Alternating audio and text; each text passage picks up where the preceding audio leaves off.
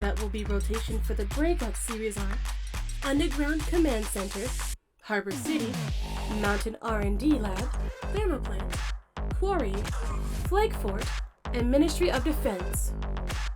Additionally, we listened to feedback from the community, and we will be putting Zakutu Melee in the competitive quarantine.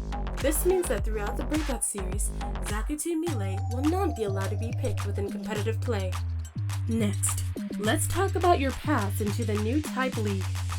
Following the Breakout Series, 2 open qualifiers will be hosted for a chance for pilots to participate in the Academy League. Teams will participate in a double elimination style bracket, with the top 8 teams qualifying for the closed qualifiers. The top 2 teams at the end of each closed qualifiers will be invited to participate in the Academy League. The Academy League will feature 8 rising teams competing to hone their skills and play for a chance to promote onto the Newtype League. The Breakout Series is the beginning of an ecosystem where competitors across North America and Europe can compete to prove they are the best of the best. We look forward to seeing you compete, pilot. It's time to earn your stripes.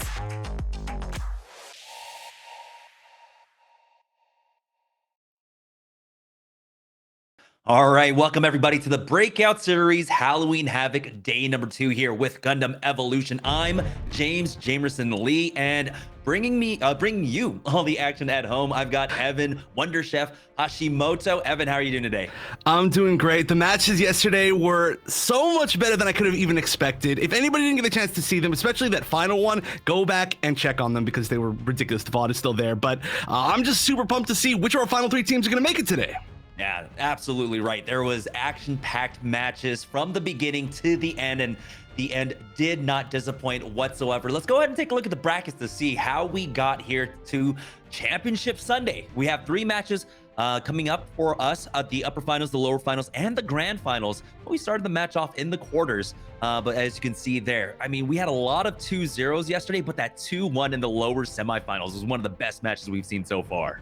I think it must have been the best match that I've seen of Gundam Evolution just up to this point. So well played from both teams, but only one of them, of course, could make it into the top 3. That team was Inarizaki by literally 0.01%, so they're going to be the ones sitting in the lower finals, waiting for the loser of BOZOS and Gundam Unicorn, the 2 teams that have made it all the way through the winner's bracket. Neither one has fallen to anybody. BOZOS looking super dominant. Gundam Unicorn, I would say a little bit more of a newer team, especially to like the tournaments that we've been seeing, so I'm very excited to see how they do against the powerhouse that is BOZOS. And for Inarizaki, they're going to want that rematch up against BOZOS because while it was a 2-0, the first map looked fairly competitive. By the time we got to the second map, it was not as much. BOZOS kind of ran away with that one. So let's go ahead and take a look at the kind of maps that we actually had played yesterday. We do have our map ban system in.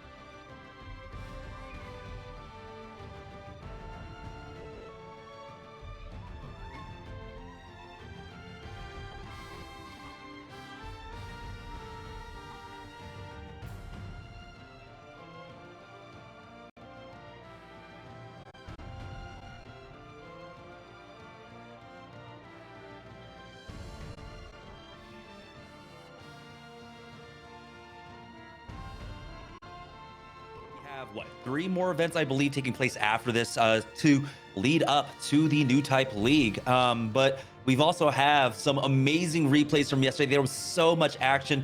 Again, I imagine that a lot of it is going to come from that last match, but throughout the day we were seeing some amazing performances from almost every squad that ended up showing up. So let's go ahead and take a look at our Halloween Havoc top plays presented by the Bloodline Card Shop, one of our great partners here for this event. making this possible, contributing to the prize pool. Again, we were seeing it wasn't just the DPS players. That's what I love about Gundam Evolution right now. Even though we have roles, quote unquote, roles in teams, every single position can really fulfill just a lot of DPS in regards to players like Casino who were just absolutely fragging out on the Dom. We saw a lot of consistency, of course, as well coming out from our Pale Rider players. We got some snipers when we finally got over to Harbor City, so it was great to see. We'll get that up in just a moment.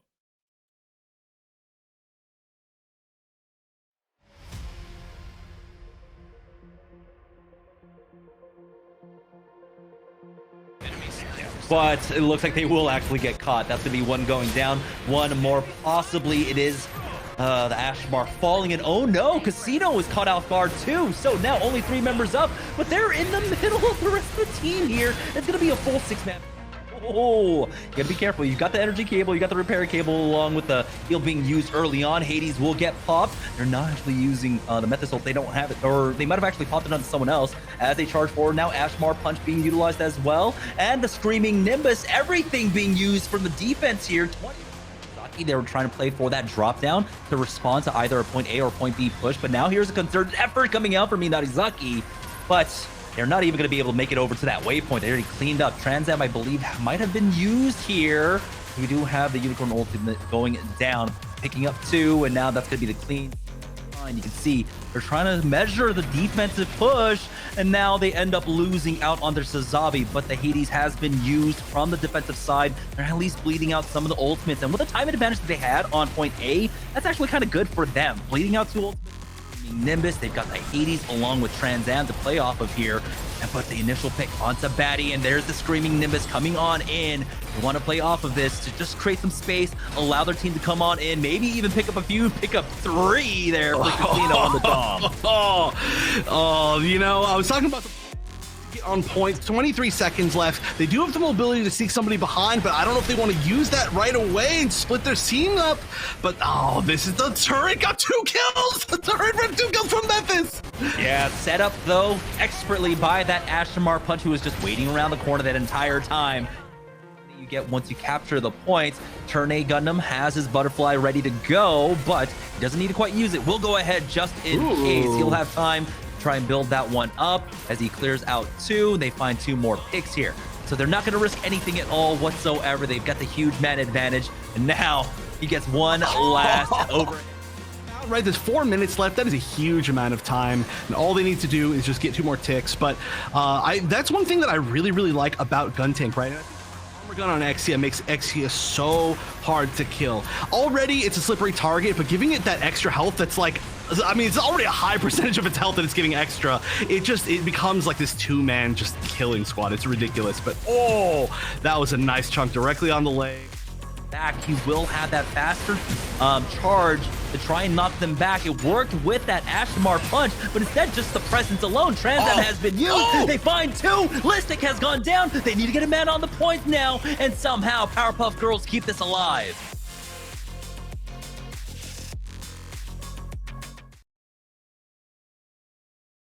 Yeah, that was a great Bloodline card shop. Halloween Havoc top plays. And it was great to see the representation because it wasn't just one role, right? We were seeing the DPS, the tanks, along with the supports being highlighted in these plays. Yeah, I mean, just looking again at that Casino, the Casino Dom is just ridiculous. I'm really, I'm honestly a little bit heartbroken that we're not going to see more of it today, but I mean, it was as close as you could get to getting to this top 3. So just one of those great examples. And yeah, I mean, we saw some of the play from, for example, like X-Ray Sazabi, which we are going to be seeing a little bit later on today. The tanks, the DPS, the quote unquote support, every single role in this game, like you said, they can pop off. The ults are huge. We saw things like the turn A ult in there, and we're going to see, I'm sure, some other ridiculous moments as today goes on. Yeah, and so we do have our teams ready to go. So let's go ahead and talk about the map bans coming in for our first match of the day. It's going to be BOZOS versus Gundam Unicorn. And the first ban that came in, I believe, the higher seed gets the first ban. And it was going to be Underground Command Center being banned out first.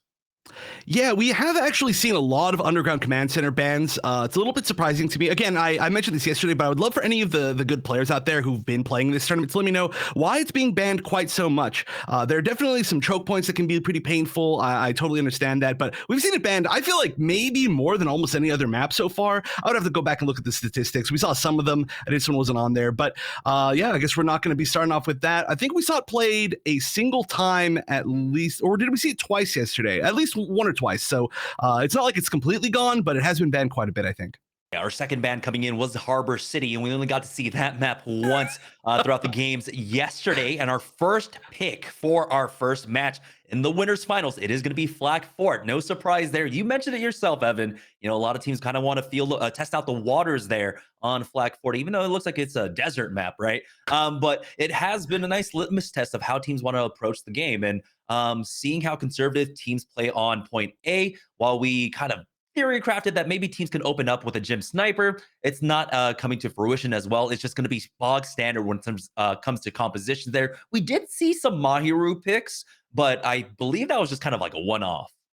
Yeah, we've seen like a couple like random ones here and there on like a couple different maps actually, but so far they haven't really popped off. I think that is one of the most unique suits in the game, and it's one of my favorite ones to play. But it certainly is going to take a level of I think execution that maybe we don't have yet, especially practicing it with the team, being able to scan their entire team and then tell your own teammates on comms where everybody is a huge gigantic deal. But the damage isn't always going to be there if people are out in the open, if there's not certain choke points. So I want to see more Mahiru, but I do expect that we're probably going to be seeing the usual comps that we've been seeing. It seems like pretty much everybody's been going with Pale Rider, a Sazabi, either depending on the map, either a Unicorn or a Methis. I would say mostly Methis. We see the Dom, we see the Exia, of course, and then you mentioned earlier yesterday that you usually see a flex. There's been a lot of Ashmars. There have been sometimes the Gundam Unicorns in that spot, but the Mahirus pop out every once in a while. I expect that, especially for these top teams, though, they've been pretty consistently sticking with what they've been using throughout the entire time, which are, I'd say, mostly those suits. Yeah, and this is a best of 3 series, so our second map pick is going to be Thermal Plants. If it does go to the third map, we will have another round of bans, and then whichever map that remains after that will be the decider one. So we have Mountain R&D, Quarry, and Ministry of Defense still up. I don't think we saw any Ministry of Defense whatsoever. So we're keeping an eye on that. But right now we're just waiting to get the game started. This is going to be a fun one. Flag Fort, like we said, this is a good litmus test to see how teams prevail. I mean, point A, I don't know if we really got to see a hold coming out on point A other than in overtime rounds. Taking a look at this, I believe it is going to be Gundam Unicorn starting on defense on Flag Fort. So Team BOZOS will be starting things off here on the attack. They're already hovering on that Mahiru. Oh, yeah, I'm really excited. I hope it happens after we just talked about it. That would certainly be a pretty sick thing to happen. I'm wondering what they're going to be having on defense. Probably not the Mahiru. It probably is trying to get as much splash damage as it can within that first A point. But, you know, honestly, Gundam Unicorns, I'm not as familiar with them, right? We only saw them, I think, one time on stream yesterday, and they did very, very well, of course, to get to this point in the bracket, but they're much more of a newer team. I asked them about their team. A lot of them come from Battlefield. It's a lot of their background, but obviously they're here within our top 3 on the winner's side, which is huge. But we'll see how BOZOS does on offense. Yeah, now this is a little bit of the meta approach now. You could just cross the bridge. You know, in your regular matchmaking games, you have to play a little bit more cautiously because of presence of gym snipers here, but teams have not been running it on the defense whatsoever. The defensive hold has been inside the point itself, and now the Exia coming in for the flank. Oh, wow, just so quickly getting there. But of course, the Exia defending the flank from the other Exia. It seems like every time they're on this point, we're seeing the Exia versus Exia battles. And of course, the Pale Rider on this exact spot. Pale Rider has been really the MVP, I think, of defending or attacking this point. And that's great, right? Just the flank alone pulls back the defending squad that allows TISM to get that high ground, and it goes uncontested as everyone is just dealing with the scramble in the back. So now you got the first 2 points, or excuse me, ticks being picked up by Team BOZOS. And you can see they want to try and get the forward spawns, but the team on the other side, Gundam Unicorns on the defense, they are not going to get caught out on this respawn. They go back for this defensive hold on the choke. Yeah, and I mentioned this before. I mean, we saw some moments from Tism in the MVP video, but Tism's aim has just been unreal this entire tournament, and it's looking to be that way the exact same way here. This is a very strong push off the start. A lot of players pushing from the right side, the flank here, rather than just directly through those kind of double doors, double walls. And look at this, melting the Exia. A lot of them going to the top side, it looks like. Yeah, Dai has gone down, so has the Suzabi. So now it's all about trying to hold the front line here on the high ground. They want to maintain this for that Pale Rider to really play off of as the Exia gets in. He's going to be on the point, maybe secure himself a tick because the run back is coming in, but they have to deal with the Suzabi, 34 HP. He does get out in time, but the offense, Team BOZOS, are losing out. Dai has gone down once more. You do not want your Dom to go down. Unfortunately, he's only at 58% towards building up this G maneuver. We do have the Ashmar punch available. Right now, it's Gundam Unicorns holding point B. Yeah, it does look like potentially, I might have seen that wrong, but it looks like there might have been a slight DC on the end of BOZOS. It actually looks like they might have their player back. So that was, oh, nope, looks like it's still a little bit gone. I think we actually did see that against, I was in one of the matches yesterday. I can't remember actually which one it was, but maybe there's a player having some internet issues. Hopefully they come back. They did come back the last time we saw that happen, but it looks like BOZOS are going to be trying to hold, trying to continue to push as a 5-man team. They're still doing pretty well. They just weren't quite able to get on point there. It was a really strong hold from Gundam Unicorn using the RX-78, which I love seeing. Yeah, the RX-78 with that Hyper Hammer has been a nice way to deal with the Suzabi shield.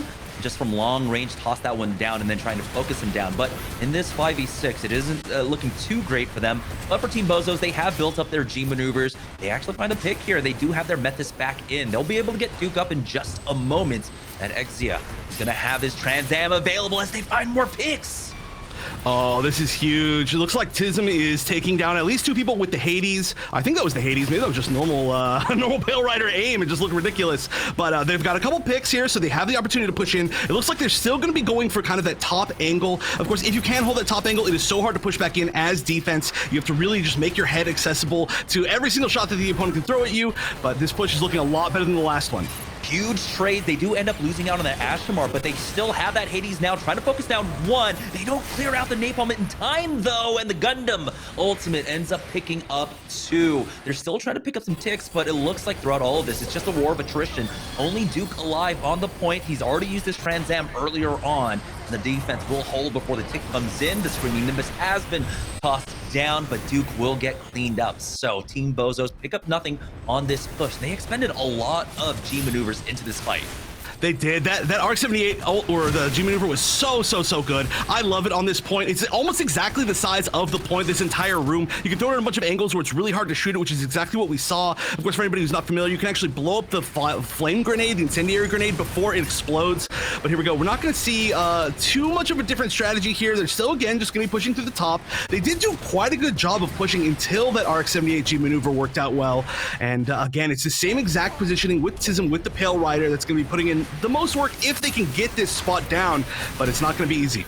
Unfortunately for BOZOS, they keep losing out on their Dom. I don't know exactly what's going on, but the Ashmore ends up picking up 2 with that push now as they get back onto point. 2 people are there. They get a clean sweep. The funnel has been used by the Suzabi as well to clear out the point, and they will secure their first tick before the respawn comes in. They should be able to get that second. We'll see if the defense can rally to try and deny the third, but it does seem like Team BOZOS might be able to get it. Going into the back line is Duke, making sure the Suzabi doesn't get there, and Team BOZOS will secure their third tick. Oh, yeah, they're doing such a good job of just distracting, but here we go. Big fight on the point here. We are going to see, I think that was the G maneuver coming out from the other Exia, but it was kind of hard to see. But they're definitely going to be expending at least a few. They really got to get them off this point. They are going to, I think, just barely not hit the 3-tick point, or maybe they just barely hit it. Oh, I think they just barely hit it, actually. That is super lucky. That was like down to a fraction of a percent. So getting at least that 3 ticks is going to be huge. There's still 2 minutes and a half. They can very much make 1 tick within that time. Yeah, they secure that, like you said, 2.5 minutes remaining here, but they cannot stagger. If they want to have 3 pushes, they need to make sure that they regroup as quickly as possible. Now just waiting on the Suzabi. They do have a nice control over this choke right now. You can see that forward presence coming out, and Exia going into the back line. That's going to be Duke. He does have his Trans Am available for this next fight. That is the only G maneuver for now. The Hades should be active in just a moment, only 6% more. You can see he does get that damage off, and so if they can push for the high ground, if Exia can pull them down, that would be massive. Yeah, but I mean, as we've seen, sometimes that's all that this team needs. BOZOS just with Trans Am and the Hades can take out an entire team, and it looks like we are at least going to see the Trans Am being activated. Hades still being held on, but doing so much damage, taking out 2 people, eventually getting caught by the Sazabi. Might get the res in there. Did look like they get the res on the Ashamar, but yeah, Hades activated on point is going to be so much and just enough for the team kill. Like I said, you only need 2 G maneuvers with this team. BOZOS, they have such a strong combo, obviously with their entire team, but just seeing the play together between Tism and Duke with the Pale Rider and the Exia is ridiculous. We saw that on the very first point where we saw the the Pale Rider come in, the Exia flank made everybody turn around. They took that point very cleanly, and then we saw the double G maneuver to take the second point as well. Just that combo of 2, one thing that you have to turn around for, and then another thing you can't ever turn around from. I think it's just working out so well. You saw how they were able to take advantage of the kind of presence that the defense wanted to have. Gundam Unicorn all on that high ground allowed Duke just to come in from below with that Trans Am for free. And so that angle was not covered whatsoever. It was just fantastic to see. On their defensive hold, it doesn't look like anything is changing for them. They will be starting it off with that Ashmar as that 6th pick. Overall, everything is pretty much bog standard. Now, your secondary support, right, as it could be Unicorn or Methus, they are going for Methus for this BOZOS squad. Yeah, it seems like we've been seeing a lot of Methus on point A defense on Flak Fort, just because I think, well, first of all, the turrets, there's so many like cheeky spots that you can put turrets in this building, but hold on, okay, we're actually going to see a little bit more forward of a hold, maybe they're just trolling, maybe they're trying to get a little bit of free G maneuver meter. That is something you do tend to see from Methus. Sometimes they'll drop like like I said, cheeky little turret a little bit further up. We are seeing that, and then once it gets destroyed, then they're going to drop one in the spot they actually want to on point. Yeah, this is just going to give them information, right? Because there is that pathway to get into the right-hand side on point A. And so if they end up taking that one up the bridge, then it will basically get spotted out by that turret. But right now, this is one of the first times we've seen a team actually going for that peak. And it makes sense, right? Teams are just pushing across the bridge completely unimpeded. Might as well try and build up some G meter there, but didn't look like they got much. 9% though already on Duke as they are waiting for this approach coming out from Gundam Unicorn. Yeah, I mean, especially you can actually get some pretty heavy chunks with those non-drop-off, I guess they're laser daggers technically, I think. But those projectiles so good, and yeah, you can see they can do so much damage from literally anywhere. Ooh, just barely misses the right click, but should be able to finish this off. Yeah, that's going to be 1 Exia going down. We're not going to see the 1v1 there, at least not fully. And yeah, they're pushing really far forward to stop this entry point on this right side, left side for the full team kill. We've seen a lot of people coming up this ramp to try to enter here, just because this platform in particular, like I said, especially with the Pale Rider, has been huge. That's what BOZOS used to get in the first time themselves, and they're saying, no, you're not doing that to us. We know how that works. We're going to flank you with the Exia. This is much more of a proactive defense than a reactive defense. Like you said, instead of allowing them to get up here for free, you saw the pressure coming out from Duke. You've got the Pale Rider now playing on the hill himself, but he does have to back away. Tism already getting the first knock. That's going to be Enders going down. One more. They do get the res, but the trade is there with Duke falling in the middle of nowhere. They trade the Exias. The Pale Rider trying his best to survive. He has his heals in another second, but it's not going to be enough.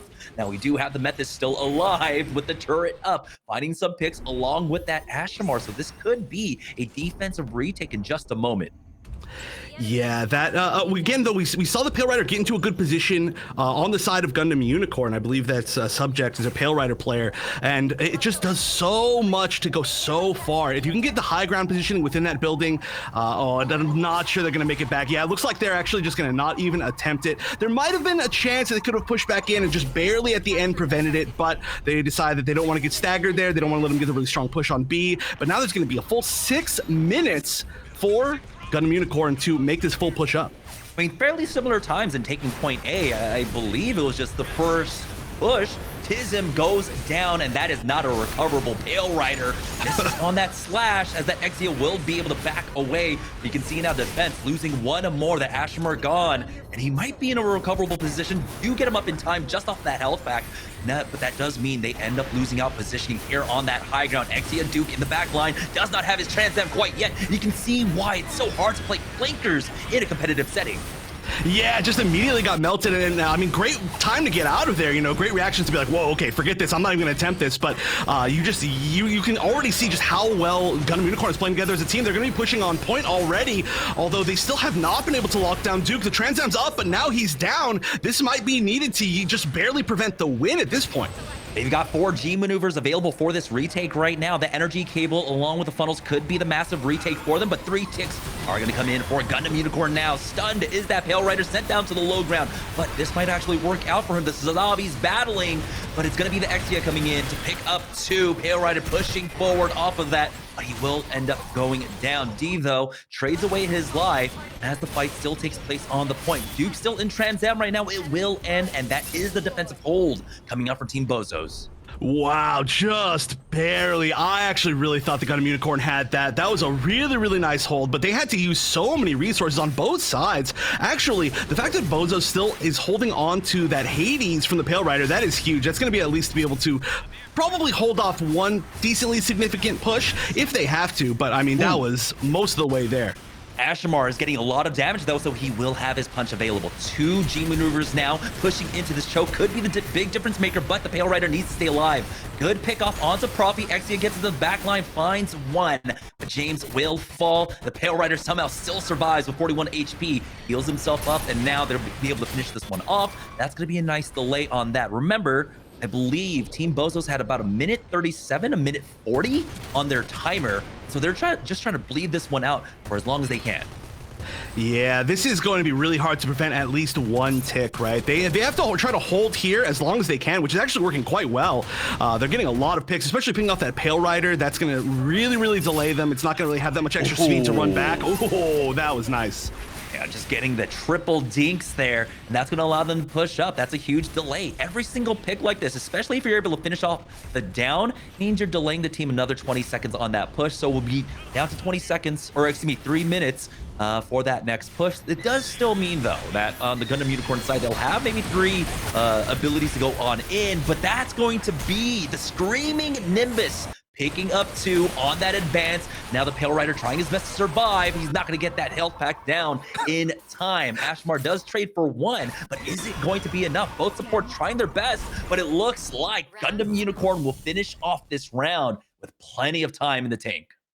Yeah, we've seen the Screaming Nimbus, that Dom G maneuver just works so well as an initiation tool. There's really nothing you can do to it as it's running in, and it stops, you know, it really can go and like target your back line, get them with like a little bit of a knockback and a stun, and then lock them down. So we saw that exactly right there, right? Duke on the exit was standing really far back, I wouldn't definitely not say out of position, got hit by that, then got finished off very quickly. They took that advantage, they pushed in. The Screaming Nimbus just lasts so long, they use it all the way to the point, and we're actually, you know, BOZOS doing so well. Of course, BOZOS winning that previous EGL tournament that happened very recently, very dominantly, and we have Gundam Unicorn actually finishing that with a better time than them. That is very impressive for what I believe this is their first tournament as a team. I'm not 100% sure. If anybody knows otherwise, please let me know, but they are just very impressive to me. Yeah, one thing I will say, though, like, there was a difference on that point A offense, right? I believe BOZOS were able to take it on their first push. For Gundam Unicorn, it took them 2 pushes to get on in. So that could make up for the discrepancy here. We'll see, though, if that kind of defense comes out from BOZOS once they swap over. But it's BOZOS now for their second chance to take point A. Well, again, they did an amazing job taking that wrap, getting onto the high ground, and really getting Tizem established there. With that flank coming out from Duke. Yeah, that play was so good. That's another one of those like if you want to see how exactly to attack a point, you just look exactly at that VOD, because that was the epitome of how you want to use Exia to flank in that situation, and the epitome of how to take advantage of it as a DPS like a Pale Rider or whatever else you want to use within your own matches. And let's see if we're actually going to see any defense on the bridge this time. No, it doesn't look like it. We're seeing just a few shots thrown out. You don't have to reload as Exia. You might as well throw it out. Who knows if you might hit something, but it seems like the entire team for Gundam Unicorn is going to be in the building. Ooh, nice little jump up there from Pale Rider, so he doesn't actually give away that he made the cross. As you can see instantly the response coming out from the defense. They're trying to get to the back line, and it's the same thing they did last time. But with the 3 flankers going down, I believe Exia might still be alive, and so that's going to be a first attack hold coming out from Gundam Unicorn now. Team BOZOS trying their best to regroup and get out and not lose any more people because they are running out of time. 56 seconds now remaining on the clock. Yeah, I was surprised that there were so many people just held back on the side of Gundam Unicorn, but they were totally correct. They knew, okay, there's going to be a bunch of people coming from behind, and they made the read correctly. They defended it well, but here we go. This is going to start to work here. One person down, the Dom down for Gundam Unicorn. Dom down on both sides now, so it's a pretty even fight here on this point. And that's great. Exia going in, knocking off one. That's the high ground now completely established for Tism. Don't exactly know how much damage is getting off, but here it is. The Trans Am now going in for Duke. He's extremely low HP though, and he will fall, but he's done enough to open up the point. I believe one player, maybe two, still remaining there on the defense for Gundam Unicorn, and the Hades will be expelled now just to secure it. They don't want to risk anything, and now they secure 2 ticks. The run back is so long here. I don't think there's going to be an opportunity to retake, but that just means now we only have 2 G maneuvers available for this next push coming up for Team BOZOS. That was really scary. That was down to the final 10 seconds. If that push had not made it happen, and it actually just barely did, right? Only about 3 people still up, I think, at the end of that. If it hadn't made it happen, it wouldn't have worked. But yeah, only 1 minute and 20 seconds left. They only have a couple pushes left. They do have the Mephis ult, they have the Ashmar punch ult, but they really don't have very much else as far as G maneuvers go. And we are going to see the punch come out. That's huge. 2 picks off as Dai accidentally takes himself out, but a third ends up going down on the Gundam Unicorn side. Duke does fall as the rest of the defenders do fall back onto point B, but that is the high ground established for Tism. He'll be able to get a knock onto that Ashmar. Baronox, the next one to go down on that RX-78 Sue. We do have G maneuvers being utilized now. The Screaming Nimbus here to keep themselves on that point, keep himself topped off as the Mephis is just pocketing that Pale Rider for the time being. Nice little angle there to keep them off the point. 2 ticks now secured for Team BOZOS. They're looking for more. Finally, the point gets contested, but the Screaming Nimbus on the retake now is getting value. Enders does get finished off. There's a rest. Bring D back on up. Will they be able to get their Pale Rider back on in? Well, maybe it doesn't even matter because Duke is here. The 3rd tick is secured. Trans Am is going to get shut down in just a moment, but they're not able to finish off this Exia quite yet. James gets some value, but the defenders are still coming back in. Oh, yeah, they are just making their way back in slowly over time, but it might be enough. I mean, so many of them are going down. It looks like they may be retaking this. There's still going to be a little bit of a fight out here, but the Pale Rider's going to have such a hard time dealing with the Sazabi, although we're going to get everybody pretty much back on point over here, and a lot of damage is coming out. The Pale Rider going down. There are just so many people sitting there on point, and it's not going to be enough. They just said, you know what? We are just going to body block this entire point with everybody that we got coming back, and I really thought BOZOS was going to make that push fully work, but everybody came back just in time. I think a big deal was that the suits that were down were not very good suits at dealing with Sazabi. And you can see the Sazabi like kind of physically pushing everybody out, but a great retake from Gundam Unicorn, which I actually just learned they have played tournaments together before in Battlefield. Like I said, they're a team that comes from Battlefield, but they've never played tournaments together before in Gundam. So you can see how they have some comms. They've got great coordination off the bat. It feels like an experienced team, right? Which it is. This clearly transferred over to this game. I mean, the response that we saw in both attacks on point A, right? They instantly turned to try and deal with the flankers. It wasn't as successful on the first attack, but the second attack, they definitely did squash that. Getting rid of the Ashmar, getting rid of the Mephis immediately. I don't know exactly where Duke went during that flank, but the response was there for them. Now, with 2 minutes and I think 40, that's what Gundam Unicorns have to work with. And so they have to basically be immaculate and clean on their first push here, or there might be a chance for Team BOZOS to actually get a point A hold. Yeah, they were really, really strong in the way that they were holding it before. Just in case anybody doesn't remember, about it feels only like a couple minutes ago, they were very aggressive on their defense, right? They actually had Duke on the Exia flanking around and stopping people from coming up this right side ramp. They actually held a little bit further forward on the bridge. Not to say held, but they were actually harassing, I should say, as people were crossing the bridge. And it looks like they might be doing something somewhat similar this time. I'm sure they're not committing to it. We do see the turret back out there again to build up that free G Evo or meter, I guess you could call it. And let's see if there's any changes in comp. It doesn't look like it. Probably all the same. Yeah, Duke just getting that free damage off, like you said. The turret got a little bit more for that Mephis as well. The Pale Rider playing on the right side high ground can be a little bit difficult, but you can see he does have his own heals to really utilize, and he does have the Sazabi to back him up. But here comes the push on out. We saw him go down early last time, but he will back away from that push. 2 minutes and 20 seconds. That's what they're working with, and they lose out on focus. Will they be able to finish him off? They do secure that. You can see that proactive defense now coming out from Team BOZOS, cleaning up more. Oh, there are so many people pushing up this ramp, but it's just not working. They're getting choke pointed here. And look at this, almost every single one of them I think is going down. That is without a doubt going to be at least the first push not working. We did see the second push work last time. They've got a little bit more time than BOZOS had on their own offense, but now it's time to see what the push is going to be like with, of course, that extra 50% G meter from the overtime rounds. It means that we're going to see a lot of G meter, which probably popped really soon. Almost all of them coming up. You can see 97% for that Hades. We have the energy cable. Trans Am just came online, and there it is, the Hades as well. They don't have the funnel or the Screaming Nimbus, but they're going to want to hold that one on until something goes south for them. You might just be able to rely upon the Trans Am here. You can see it's a very similar hold. Now Exia just trying to play Gatekeeper, and the Trans Am has been popped along with the Hades and the energy cable. The first one's getting picked off. That's going to be the Sazabi going down to the turret, but it's both Sazabis on either side as he tries to get back for that health back. He's going to be out of the fight for just a little bit. The Hades from Tism is going to be enough to hold it down.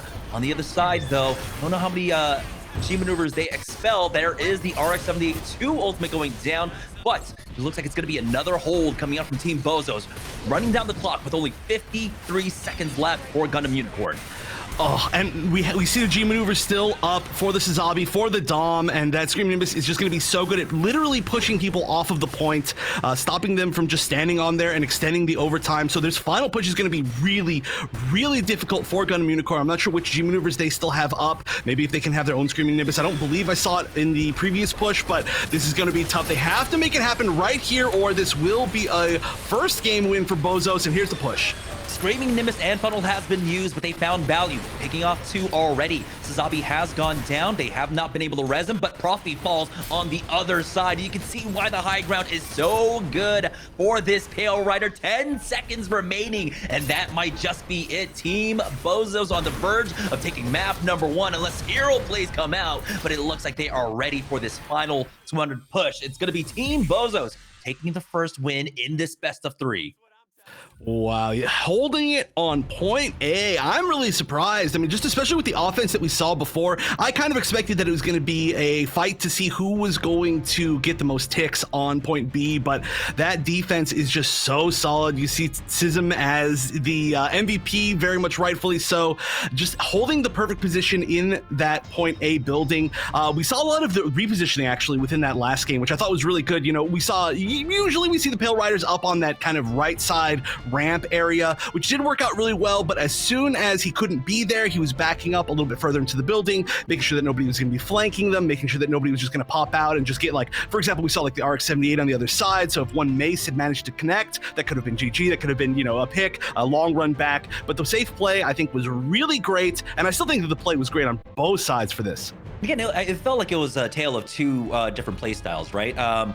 You had a reactive defense coming out from Gundam Unicorns where they were responding to Duke's flank, while on the other side for Team BOZOS, on their defense, it was a proactive one. They were making sure they maintained presence for that Pale Rider on the right-hand side, like you said. When we were seeing the defense coming out from Gundam Unicorn, everyone was basically playing off that mini health pack on the high ground on the left. And so small little positional changes like that make a massive difference. And for Team BOZOS, that's what got them the win. Now we're just waiting on map number 2, which I believe it is going to be Thermal Plant. And so that's going to be a fun one here. That's going to be the Exia Playground. Yeah, I think we've seen Thermal Plants only 1 or 2 times before yesterday, but this is going to be a hugely different map than we saw before. Of course, we are seeing, I think, a lot of the teams that want to go for the domination maps going for Thermal Plant. Thermal Plant it's pretty like even as far as things go. There's not going to be a whole lot of like weird runs like we see on like Missile, or a lot of like weird flanks that you're not expecting as much on Mount R&D. So I really like Thermal Plant. I like watching it, but yeah, having one of the best Exia players, maybe the best Exia player in the region, on one of these teams is going to be such a scary thing for this map. The Exia can be anywhere all the time on this map, like all of the heights, especially when you get to that like point C that has the multiple levels, or even on point B, right, being able to jump back and forth between the different levels. Just having that mobile or the vertical mobility is so important, and Exia has that, of course, in maybe a little bit too much. Yeah, it's gonna be difficult once we get to point B, because that neutral game, when you're trying to play the high ground inside the middle, that's where we saw a lot of hell breaking loose. Ashimars are going to be so important in being able to control those major fighting arenas essentially, right? This is one of those maps where I believe we are still going to see Ashmars. We saw a lot of that on Flag Fort. This is another one where the Ashmar provides so much value, not just with the spam, but also with that Molotov of its own.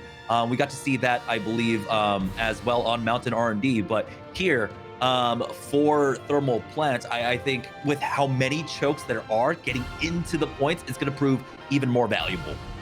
Yeah, and like I was mentioning, the verticality of this level in particular is so big. Like being able to go back and forth between, especially on C, like if you don't have any vertical mobility on C, you can get really, really bullied just because it's, I think, the only domination zone in the entire game. Now that I'm thinking about it, I'm pretty sure it's the only domination zone in the entire game that is actually on 2 levels at once, and you can't just actually sit, you know, in the bottom spot only. So that's pretty interesting as far as things go. But I mean, hey, we've been seeing a ton of Ashmars regardless of the map, so I don't think any of these teams are going to have to go too far out of their way to readjust their comps for this, you know, this pick on thermal plant.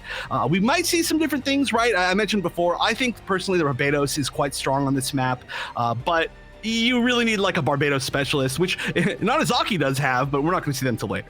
And honestly, I feel like Barbados really is more activated when you go for that triple brawler, right? But we do have Zaku Melee banned out for this tournament. He is in the competitive quarantine for now. We'll revisit that later on to see exactly where he is, but I think we are starting to lean towards he has become balanced a little bit more. He is a bit better. But here on Thermal Plant, he could be incredibly strong. Like you said, point C, it's one of those the only point in domination where you have multi-level, but either way, whether it's the top level or the bottom, it will be the melee Zaku pit of pain if you get in there. So you got to be careful. Right now, though, we're just waiting for our teams to get in, and we will get right into our second match. It is going to be Team BOZOS sitting on match point here. If they win this one, they get sent straight into the best of 5 for our grand finals. Yeah, and so far we are seeing, oh, you know what? I didn't even mention this, but we see this all the time, of course, on this map, the Gundam Unicorn switch. Not a hugely weird switch that we wouldn't expect, but especially, I mean, hey, we have a team named Gundam Unicorn, and this is actually one of the first, this is one of the first times when we saw Gundam Unicorn, they were playing on this exact level in Thermal Plan. They did very, very well, but you know, we're not going to see the Methis. You are very grouped up on this map. It's going to be a point C first unlocking here. Now, the neutral, there are long sight lines to work with, but again, you're just playing right into the chokes. We'll see the Sazabi, how long they can hold on to their shield. Zook is actually getting in already, and he picks off one. That's the Sazabi going down. That is a huge pick off for Team BOZOS. Oh yeah, just the Sazabi able to hold, if you can hold the doorways in this particular point with Sazabi, really most of these points here, that is gigantic, but they're gonna fight back regardless. Focus, it looks like, getting a really good flank on that Ashmar, of course, using that flame, and we are gonna see just so many people going down on both sides here. As expected, this is a brawl. Now, D does get Tism back into the game as Duke is looking for a little bit more, but Tism will fall.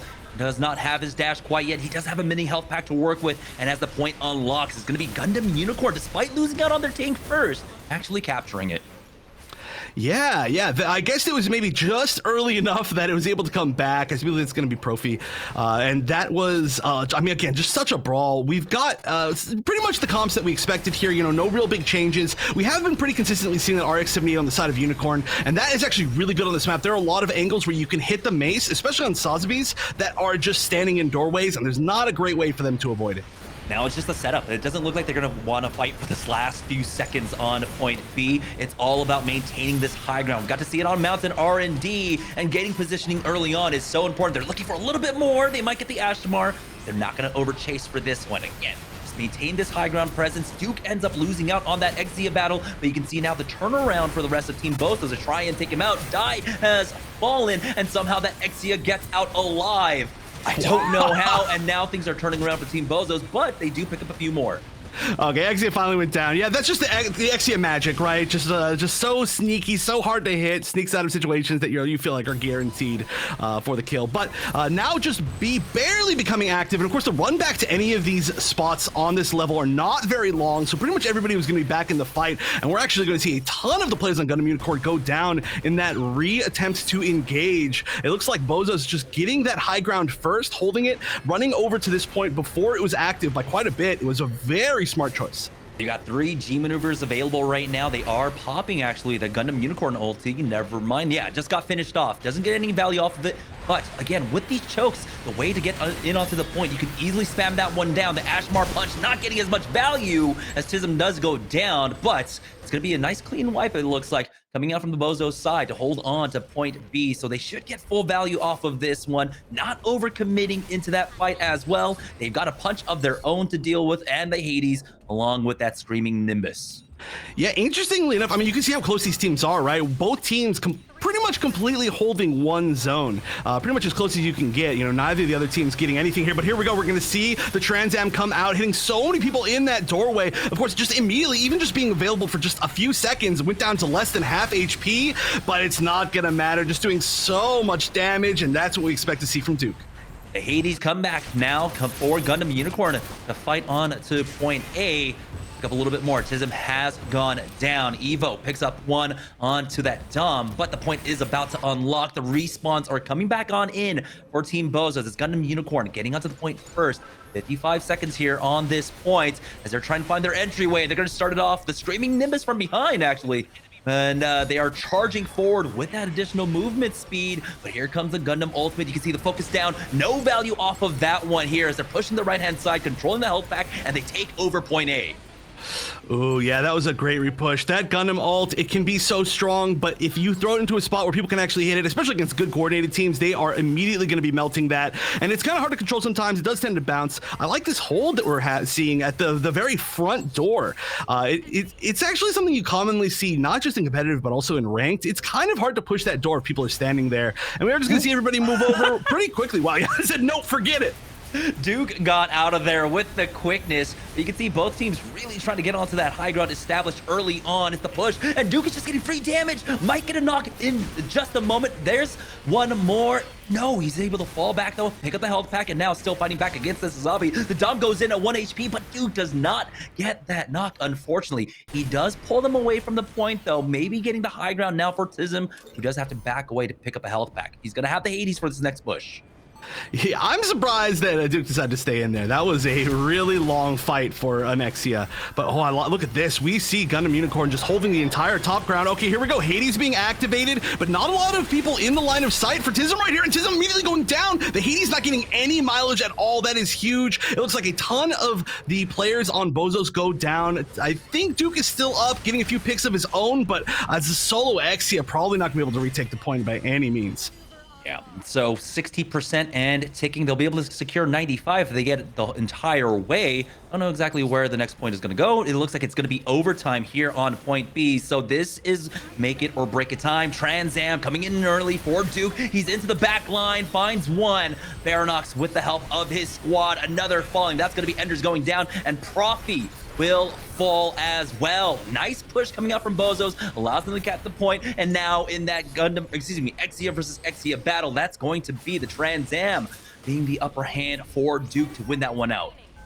Yeah, there we go. Just having that one single G maneuver left for that push was all that it took to retake that point. Although we're seeing a attempt to retake it once again. Although Gundam Unicorn maybe pushing on to point a little bit too quickly without being able to clear out enough, and BOZOS will take round number 1. I mean, they had to get on point, but they just all stood there, and that's one of the biggest things about that point, right? If you have to get onto it to force that overtime, everybody's just going to shoot you in the head. And not only that, they're going to shoot you in the head from almost like a 360-degree angle. They can be anywhere. It's not like you just have one particular angle that you have to look up at and say, okay, somebody could be shooting us from over there. It's like there's no way we're stopping this. You know, we are just getting killed. It is a very vulnerable actual point. Yeah, so that puts BOZOS now not just on map point, but this is match point in this best of 3 set. They get this win here, they will be moving on to the grand finals. Gundam Unicorn will be knocked down to the lower bracket to face off against Inarizaki, who are looking for their rematch up against Team BOZOS. We'll see, though, if Gundam Unicorn can keep things alive. This was still a very competitive round number 2. Going into round number 1. Going into round number 2, though, we're starting on the opposite side of the map. We started on point C as the first to unlock. This time around, it's going to be point A. Yeah, and as expected, we're not going to be seeing any real switches. The Unicorn did work out very, very well.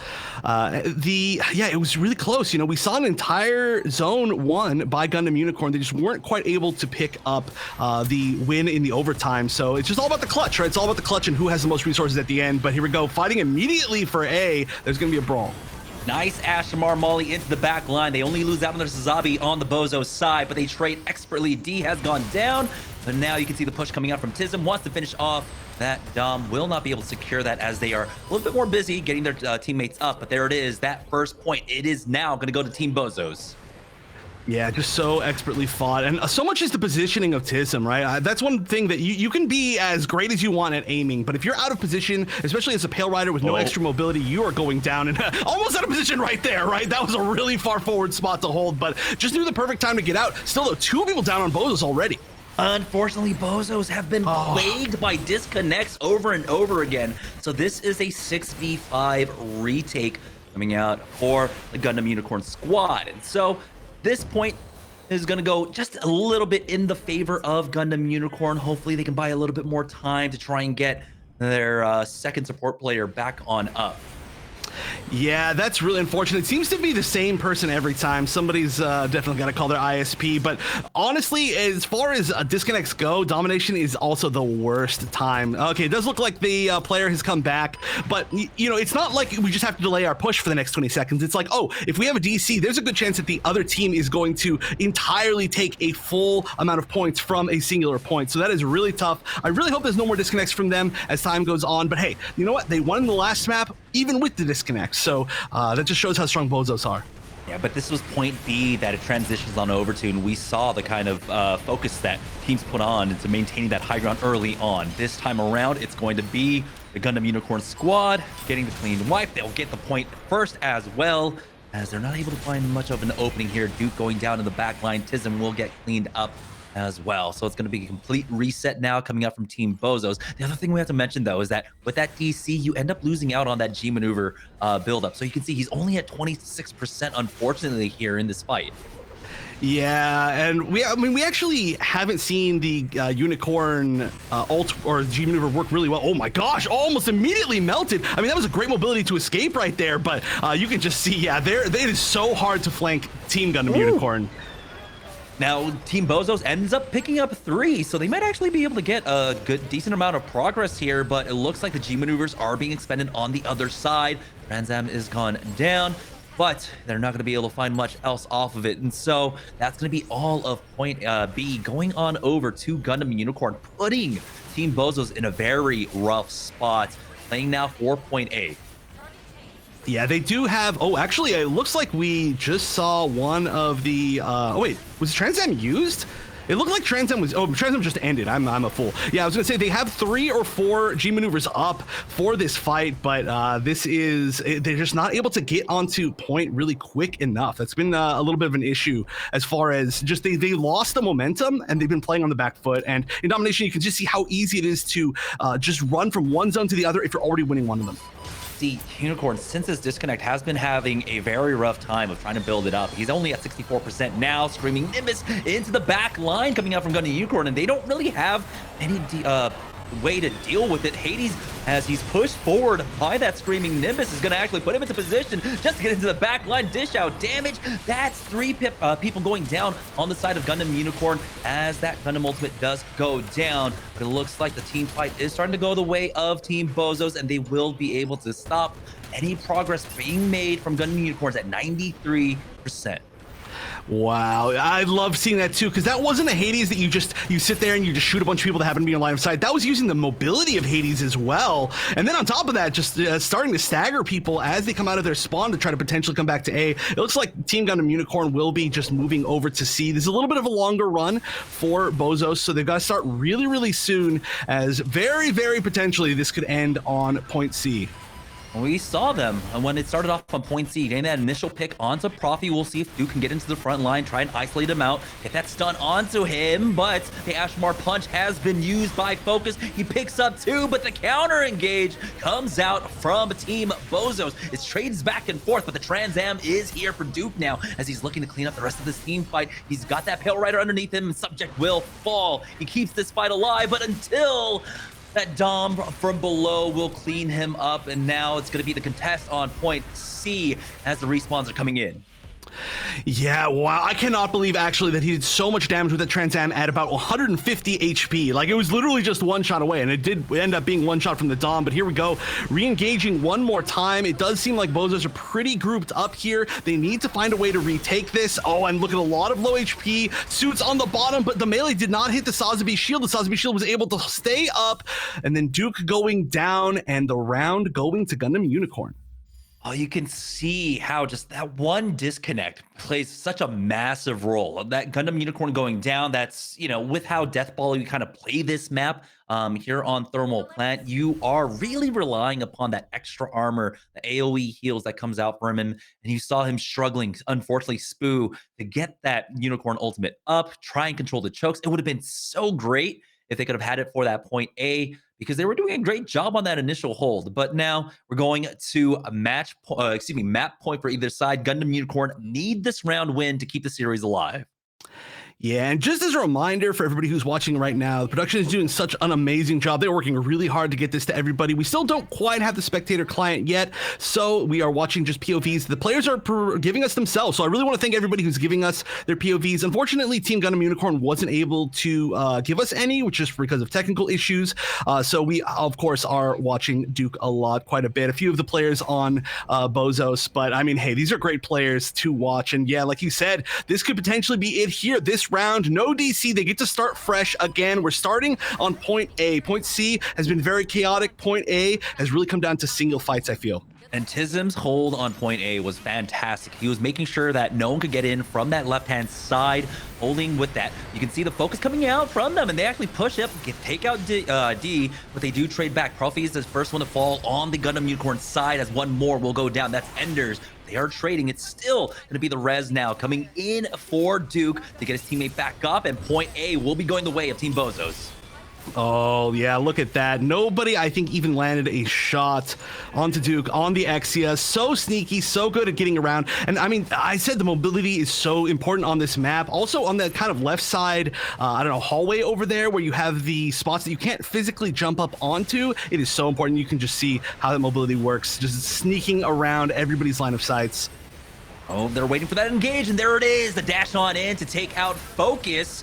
You're seeing the kind of attention that right now Gundam Unicorn are putting on to getting to that health pack room, and it looks like Team BOZOS have been able to isolate that one out, and they know how to respond to it. Now, he does take a lot of damage, does get back to the point in time to contest, and he finds Enders there in the back line. So it's going to be the full progress coming out for Team BOZOS, 45.8%, and now we're going across the map to point C. And I hate to say it, but they have had that disconnect again. So this is going to be a really tough fight for them to try and hold on to this point. Luckily, they did build themselves a huge amount of, I was going to say breathing room, but they're actually going to commit to using this G maneuver with only 5 people. And I mean, still, we have seen Duke basically not go down this entire game, only getting 1 pick maybe with this Trans Am, but maybe 1 pick is all you need to at least just try to stagger them for your player to come back or just to get on position. Yeah, points about to unlock here, and it's just going, of course, the way of Gundam Unicorn in this 6v5. Very unfortunate for Team BOZOS, because every time it seems like where they have the advantage, where they have the momentum, they're just not able to do anything because of the disconnect. It is so unfortunate that we have these issues. It does look like Spoo is back in, but we're in that same arena where he has to rebuild up his G maneuver meter, and the Gundam Unicorn here, especially on point C, can be so strong in controlling the side alleys, and we know how much they try to put focus on these chokes. Right now, though, Duke is coming on in. He's looking for the flank to try and disrupt, and the back line almost gets the knock. He needs to go in for the dash, and he will finish off Focus. Amazing play coming out from Duke. Yeah, and blind mobility as well, just to kind of backdash around. Oh, they actually got the res off. They picked them back up. Very, very nice. But that actually really put a damper on this push as well. It looks like there's a good amount of capture time here, but there's only 4 seconds left on the point, so BOZOS isn't going to be getting anything out of this. Things are pretty much all tied up, and we're going to be for the very first time, I believe, in this round.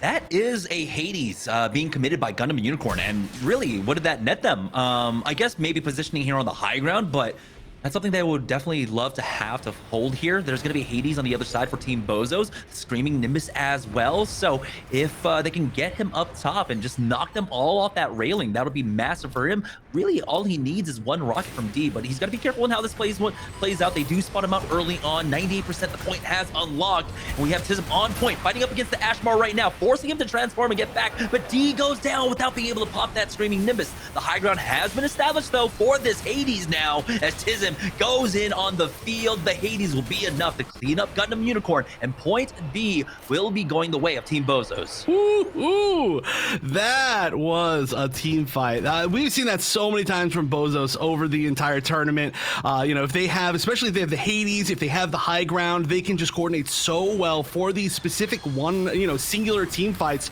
But there's a lot of resources, I think, on the other side for Gundam Unicorn. We're going to see the Screaming Nimbus come out and the Trans Am coming out once again. It feels like every single fight there's a Trans Am available. And the first two picks go the way of Team BOZOS. Duke will ultimately fall, but the team fight is strongly in the favor of Team BOZOS. That should be a complete hold on point B as we transition now over to point C. So Duke should be ready and waiting there. We're going to have the Gundam Unicorn Ultimate up for this one, as we saw the teams kind of just funneling into that mid section of the map. That Unicorn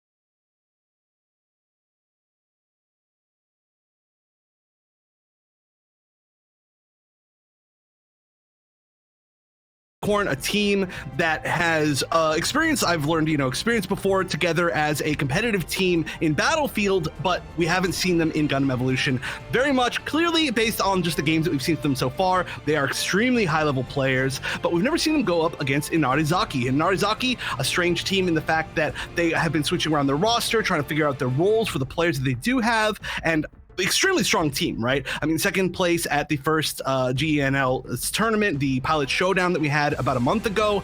But now these two teams, I don't think have any experience against each other. I'm very curious how it's going to go. We're still seeing, like, fundamentally, though, they know how to play the game well. So we're not questioning their experience whatsoever. Right now, it's coming down to who's better on the day, whose DPS are dishing out more consistent damage, especially when it comes down to this Pale Rider meta that we currently have. Listic was definitely one of those players that we saw from Inarizaki that was consistently just mowing people down on that Pale. Yeah, Pale Rider Pale Rider damage has been really key to a huge amount of the wins that we've seen throughout the weekend. And yeah, we've seen some very, very strong ones. Listic, I know that there was a tweet going out asking, who everybody thought their MVP was. I think people should be looking out for that. I think we're going to be asking that a little bit later. But I did see that a lot of people were saying Listic, and for a very good reason. But they've just got a strong team in general, of course, on the side of Inarizaki. And yeah, obviously both these teams extremely strong. This is what I love to see, right? Is teams that I've never seen play against each other, and I have no idea how they're going to fare against each other, actually play in even the top 3 of a tournament. So I'm very excited. And of course, again, I gotta say, if anybody didn't watch Inarizaki's match against Powerpuff Girls, the very last match of yesterday's brackets, or kind of leading up to this top 3, yesterday's broadcast, please go and watch it. Please, please, please. It was so incredibly good. There's some ridiculous plays, but after that, it felt to me like Inarizaki, even through that match itself, were really learning to kind of gel together even more and more as time went on. Both of those teams, that seemed to be the case for me. So I feel like they're probably going to be playing better if they make it back up to grand finals than they were the first time that they fought BOZOS. But of course, they have to earn that right. And Gundam Unicorn, who, by the way, naming yourself Gundam Unicorn, naming yourself the name of a unit that's actually in the game, that is mean. That is mean for commentators. That is banned. Please change your name, please. Yeah, as well, I just want to take a moment to ask, everyone in the audience right now, head over to Match Arena where you can check out, of course, the brackets, but not only just check out the brackets, but you can contribute to the prize pool. There are multiple ways that you can. You will see on the right-hand side, once you get on to the Match Arena page, now all you have to do are simple things like follow someone or follow an account on Twitter, subscribe on YouTube. Little things like that will add on to the pool. We currently have a pool of about $508 for this tournament, and your help will, of course, increase that. It does look like we have our bans and picks coming in for this losers finals match. So let's go ahead and talk about it. Our first ban coming in, it's gonna be Underground Command Center. Yeah, I'm telling you, it's just getting banged so much. I'm still really curious why. But we did see the one time that we saw it played most recently in this actual tournament. We saw the really tough time that it was to try to break through that choke point. I want to say in between the first 2 points, right outside of the second spawn, I guess, that you get on the attacking side. There's that little tunnel. It's very difficult to get through before you can get to the relay, or even once you get to the relay, you can kind of get choke pointed once again. So maybe people just don't like playing that on attack, and so it's understandable for a ban. Yeah, and then we have, of course, Harbor City coming in as our second ban, just like in our first match. And our first pick is actually going to be Quarry, I believe.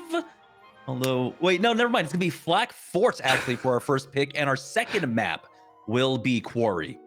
Got it. Okay. Yeah. Huge surprise to see the flag for it again. No, we're definitely starting to see a pattern, but that's what I was really excited for this tournament, is that we have not had, again, map picks and bans coming out throughout pretty much, as far as I know, any single Gundam Evo tournament that we've had in this region. So I wanted to see what were going to be the kind of the go-tos, the neutral maps, the ones that people try to kind of like switch over to take advantage of their play styles, or the maps that people just don't want to see at all. And Harbor City, I expected to not see it at all. We did see, of course, it coming out one single time in Inarizaki now with a 0% win rate in this tournament on that map. It was close. But understandable, you wouldn't want to see it. It can be a very strange map, and there's a lot of maps that can be pretty strange. But Flak Fort, I love seeing the fights on Flak Fort. The fights at pretty much every single point in Flak Fort are very entertaining, and just the way that teams decide to position or how aggressive they choose to be in them on offense or on defense, where they decide to hold. I'm a big fan of the map in general. Yeah, my big question here is that, well, Gundam Unicorn already got their warm-up round up against Team BOZOS on Flag Fort. We saw them play very reactive in responding to the dive and the flank coming out from that BOZOS squad. Do they feel like they need to play that similar style, or can they be a little bit more aggressive the way that Team BOZOS were holding on that point A? I mean, we saw at the beginning of the day yesterday a lot on Flag Fort that a lot of the Pale Riders were starting on that right-hand side, but I think because of that threat of Duke, they might have had to change their game plan up just a little bit. Yeah, Duke, of course, very infamous, especially for being very like flanky on the Exia, which obviously you want to be quite flanky on the Exia, but you know, Duke is really like kind of the master of doing that. Of course, on the side of Inarizaki, we have Glitch, who's also an infamously extremely strong player who, you know, it'll be interesting to see overall how their team decides to go as far as flanks. I think actually the biggest thing is we saw a lot of the Barbados pick, right, on the previous day. I'm not sure if we're going to see it again or if we're going to be switching to a more normal comp, which we did see some of as well from Inarizaki. But of course, once you have the Barbados, then you really have to be more, you know, aware of who's going to be flanking you if you're ending up against a double melee team. You mentioned earlier, triple melee is something that certainly happens a good amount. Of course, we don't have the Zaku 2 melee, but this is probably the closest that we could get is Inarizaki's play, just with the suits that their team is really comfortable with. I really have no idea, though. I mean, we've seen both of these teams fall barely to on this map to BOZOS, so they're both really good at the map, but again, against each other, it's just so hard for me to get a read still when we haven't seen these teams play against each other. Yeah, so no question here though, Flag Fort, it seems like it is just how we are going to start a lot of our series now. Again, we're seeing so many great styles coming in, but it does come down to a lot of the focus on the teams, players that are coming in and who you really want to deal with. Duke, it can't be understated just how much of a presence he had across both maps in our first series of the day. So maybe things do open up for them. Again, let's go ahead and talk about the compositions. We are, of course, seeing Exia's Pale Riders along with the Sazabi in play. A lot being opened up in that regard because of, in fact, I would like to say because we don't have that melee Zaku in play. I mean, melee Zaku just goes in, is able to dish out so much damage with that rolling slash, and the Sazabi really can't do much about it. But here we go, going into our first map of our losers finals. Only one team can move on, keep their tournament hopes alive, and face off against BOZOS for their rematch in the grand finals. It is going to be Team Gundam Unicorn starting off on the defense first. That means Inarizaki will be attacking. I want to know if these picks are real. Ooh. We are seeing a Jim and a Mahiru, which are both some pretty unique picks as far as things go. We do see, I mean, we see some Mahiru picked every once in a while. We saw it actually earlier on this point, just for, I think, just one push. But I don't know if we're going to actually see them stick with this. We'll find out in just a moment. It should be a very similar defensive hold that we saw coming out from our squads when it came down to point A, but it does look like they do swap off. The Meth's getting picked up along with that Ashamar, so just a little bit more sustain. No bridge push coming out from Inarizaki here. They're going to give them a little bit more respect and just play underneath.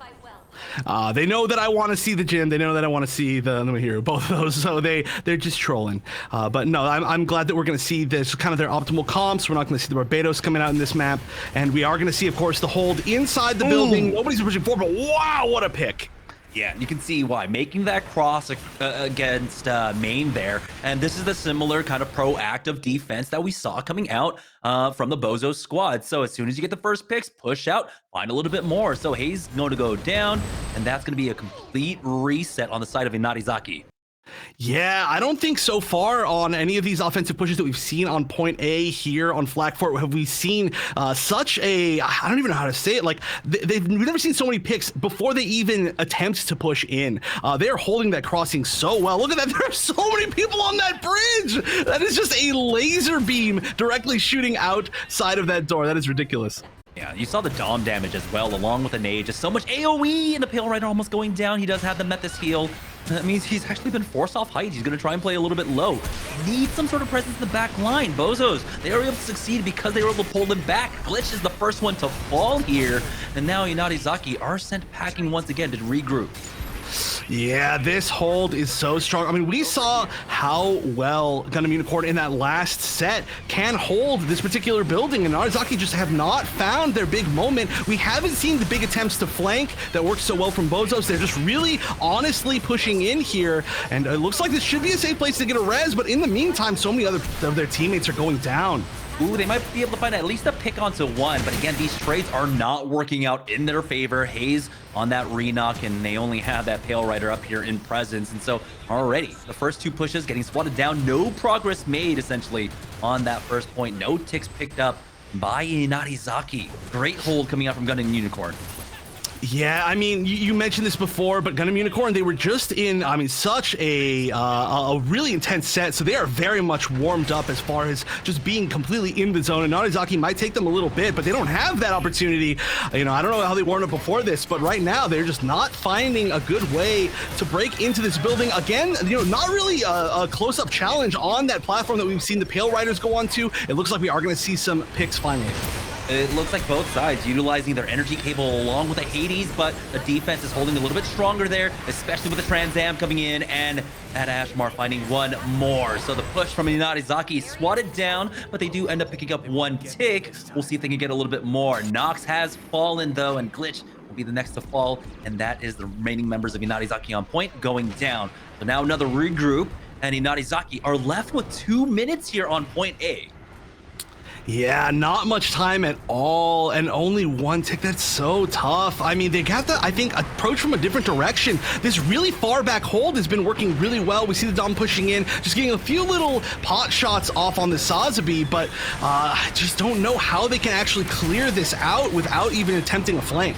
Yeah, 3 minutes, no Screaming Nimbus here. Gundam Ult is going to be used on the Gundam Unicorn side. They find both flyers here and only trade away for that Exia. Glitch stream does go down as James does get res back on up, and now Gundam Unicorn has sent them back with only basically time for one final push. And the G maneuvers that are coming up, we have the tunnel 20% away, 12% away finally now for our Dom player here. The Screaming Nimbus might be what they need to get them off that high ground, but this is coming a little bit late. Yeah, I feel like they really need to maybe just not even commit quite yet to using their G maneuvers, maybe save it for one even final push after this. But we're actually seeing, I believe that was a G maneuver on the, actually, okay, everything's getting popped on both sides. Not that there's all that much to even use on the side of Inarizaki. It looks like the Trans Am was getting a little bit of mileage, but the Exia went down before all that much. However, okay, finally all the picks coming out. They finally get the high ground, and it looks like they should be able to, I think, take this point. Yeah, Trans Am was enough for them, but there's still some resistance on the points. Regardless, though, Inarizaki will break through onto point A, and we will, in a continuation of this map now, going over to point B. Time added on for Inarizaki. They've got the Screaming Nimbus push up through this choke. Yeah, not much time at all. This feels like we're playing an overtime map at this point, you know, just the speed that they need to push. Of course, to get an extra 3 minutes is going to give them a little bit of leeway to try and build up a lot of those G maneuvers that they potentially used to try and get that first point, but they do not have very much leeway at all. You know, we've seen a lot of 6 minute at least times going into the second point. Not this time. 3 minutes is rough, but nice. That great usage of that Screaming Nimbus gets a lot of picks, and already they are pushing way better on B than they were on A.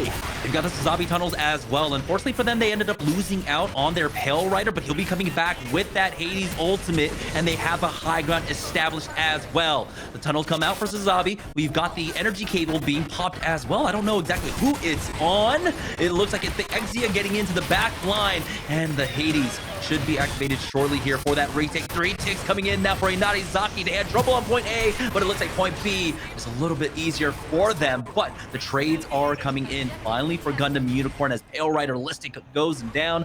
That's going to be the reset now. But 3 ticks were taken by Inarizaki.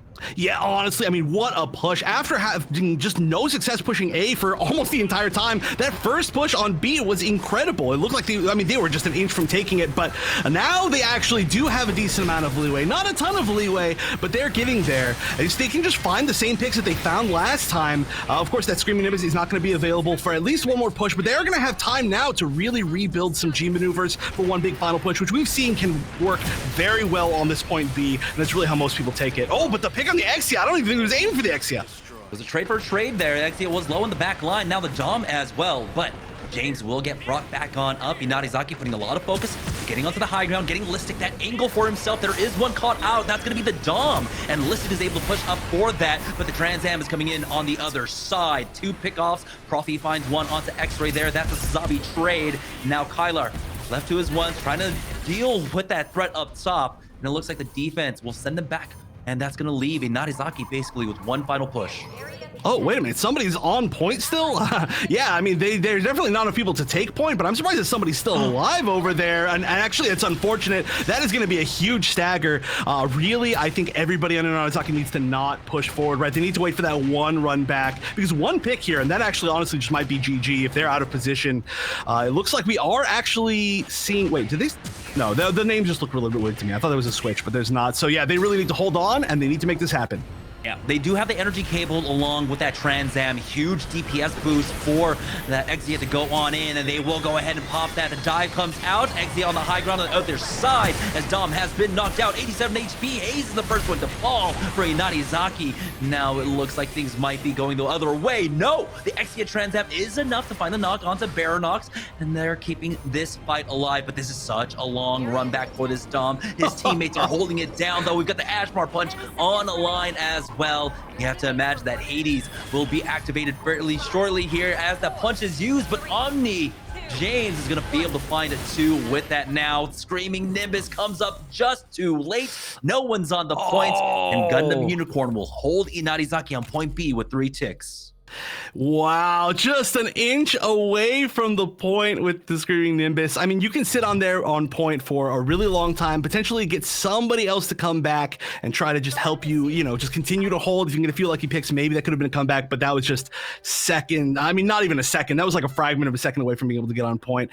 Very unfortunate. But I think just realistically what it was just none of those G maneuvers lined up. We saw some really good usage of the G maneuvers on the Inarizaki side, but if there was, for example, that Screaming Nimbus used in that final push, if it had been built a little bit earlier, I think that could have for sure been theirs, right? I mean, that was as close as it can get in a fight, but they just weren't quite able to get everything together, and so they're just a little bit short. Still, though, despite how difficult things looked for them on the first point, in Inarizaki, the fact that they were able to just like blitz the second point, they puts them in a pretty okay spot. Even if they didn't take it, 3 ticks is pretty good. Yeah, I think honestly they got a little bit staggered and maybe caught off guard by how much damage was coming out on point A. But once it came down to point B, once the momentum shifted a little bit more in their favor, it looked like they were playing a lot more comfortable. You have to remember, this is their first match of the day as well, so we don't know if they're warmed up. We know that Gundam Unicorn on the other side playing up against BOZOS, that has to be. But if like you axe up top when James pushes to push them, you know. But it looks like they will actually get caught. That's going to be one going down. One more, possibly it is the Ashmar falling in. Oh no, Casino was caught off guard too. So now only 3 members up, but they're in the middle of the rest of the team here. It's going to be a full 6-man. Oh, you gotta be careful. You got the energy cable, you got the repair cable along with the heal being used early on. Hades will get popped. They're not actually using the Metazol. They don't have it, or they might have actually popped it onto someone else. I don't know if our production can help us out here as to... Okay, so it looks like we are in the match. Okay, yeah. Okay, so the match has begun. Looked like there were a few technical issues, but we are back in it now. Inarizaki is going to be, of course, on defense this time around. It looks like we are now looking at somebody's stream. So we are going to be getting the POV of the Gundam Unicorn team. Yeah, great dive coming out. You could hear. We heard the comms there, and that's actually a nice little POV to have. But it looks like the trades, though, ends up going fairly even, as Subject will fall as well. Luckily for him, he is behind that wall, so that's going to be a clean res. But as Baronox tries to push up, build some space for his squad, he ends up going down, though. But getting James back on in, or actually, excuse me, Subject back on in, might be enough. Never mind, the Exia is there in the back line to finish things off. Kylar gets resed as well. And so this is just going to be a retake now. 2 members still alive on the point, though, as the respawns are coming back with Nox falling. It does seem like the numbers might be there for the defense to hold. Yeah, we got to see the nice little turret spot right there. I mentioned this before, but there's so many different places that you can drop that turret. Oh, and it doesn't look like they're even going to re-challenge A on defense. They are just immediately saying, okay, you know what? Forget it. Don't worry about it. But yeah, we are now again on the, I think the POV of Inarizaki, right? Yeah, Inarizaki now just holding on that usual choke. 6 minutes and 20 seconds for Gundam Unicorn. You can see that progress meter there. Just a little bit over 75% after 3 ticks. That's all Gundam Unicorn need, and they have plenty of time to do it. These Ashimar nades are doing so much work. Exia going into the back line, and here is the push. Only 1 trade for Enders in the back line as the rest of Gundam Unicorn push up, finding 1 more knock, and now they are on the point. Oh, yeah, this is such heavy aggression, and Inarizaki just really unable to stop this.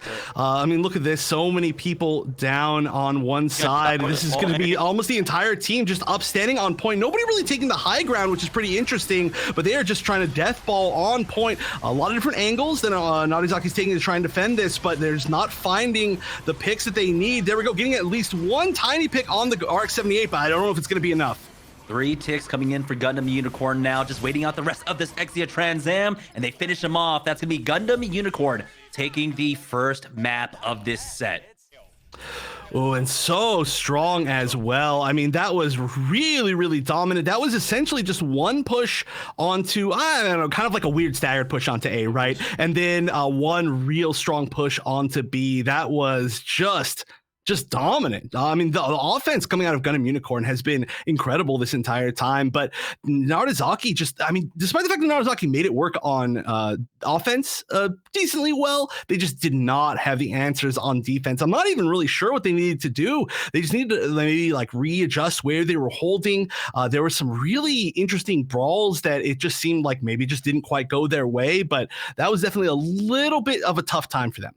Yeah, I mean, we saw that Inarizaki were kind of struggling getting their Exia into the back line to really try and deal with that high ground hold. For the Gundam Unicorn push, we heard the comms itself. They were telling James to go in. They were able to go in, get a stun onto 1 player, try to focus him down. And then from there, it kind of did end up becoming a brawl after that fight, but it was still a nice little way to approach that, while on the other side for Gundam, for Inarizaki, they were just struggling, trying to find any purchase onto that high ground. The Dom for Inarizaki as well was not getting the damage off. You saw, I believe, towards the tail end of the take onto point A, finally got that streaming Nimbus up, but ultimately it's just about trying to find that opening. And teams, you know, if they're not playing that flanking Exia going to the back line by jumping over that wall, it becomes a little bit difficult to try and get purchase there on that high ground.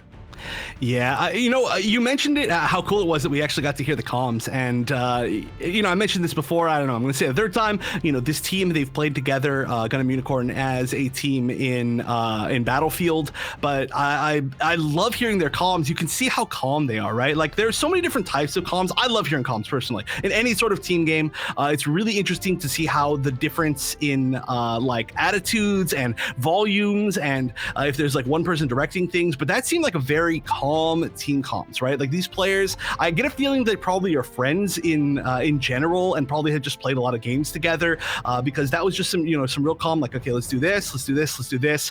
On the other side, you know, I've listened to the Inarizaki comms a few times, and not to say that it's like a worse comm style, it's just a very different comm style, because I know there's a lot of like, oh, he's over here, all right, he's low, he's low, I'm one shot, you know, just the classic kind of like louder comm style. So it's really interesting to see the difference between all teams comms. Hopefully one day we can get some team comms like set up, but I just love hearing it.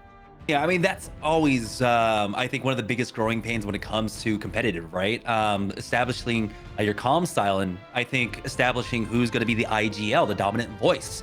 And IGLing is a whole skill set in and of itself that goes beyond just gameplay. Again, a lot of times, you know, sometimes these captains might be, or the IGLs might be the DPS players, and you kind of really have to figure out who should optimally take up that role. So it's very difficult. I mean, I think a lot of times in Overwatch, you would kind of have like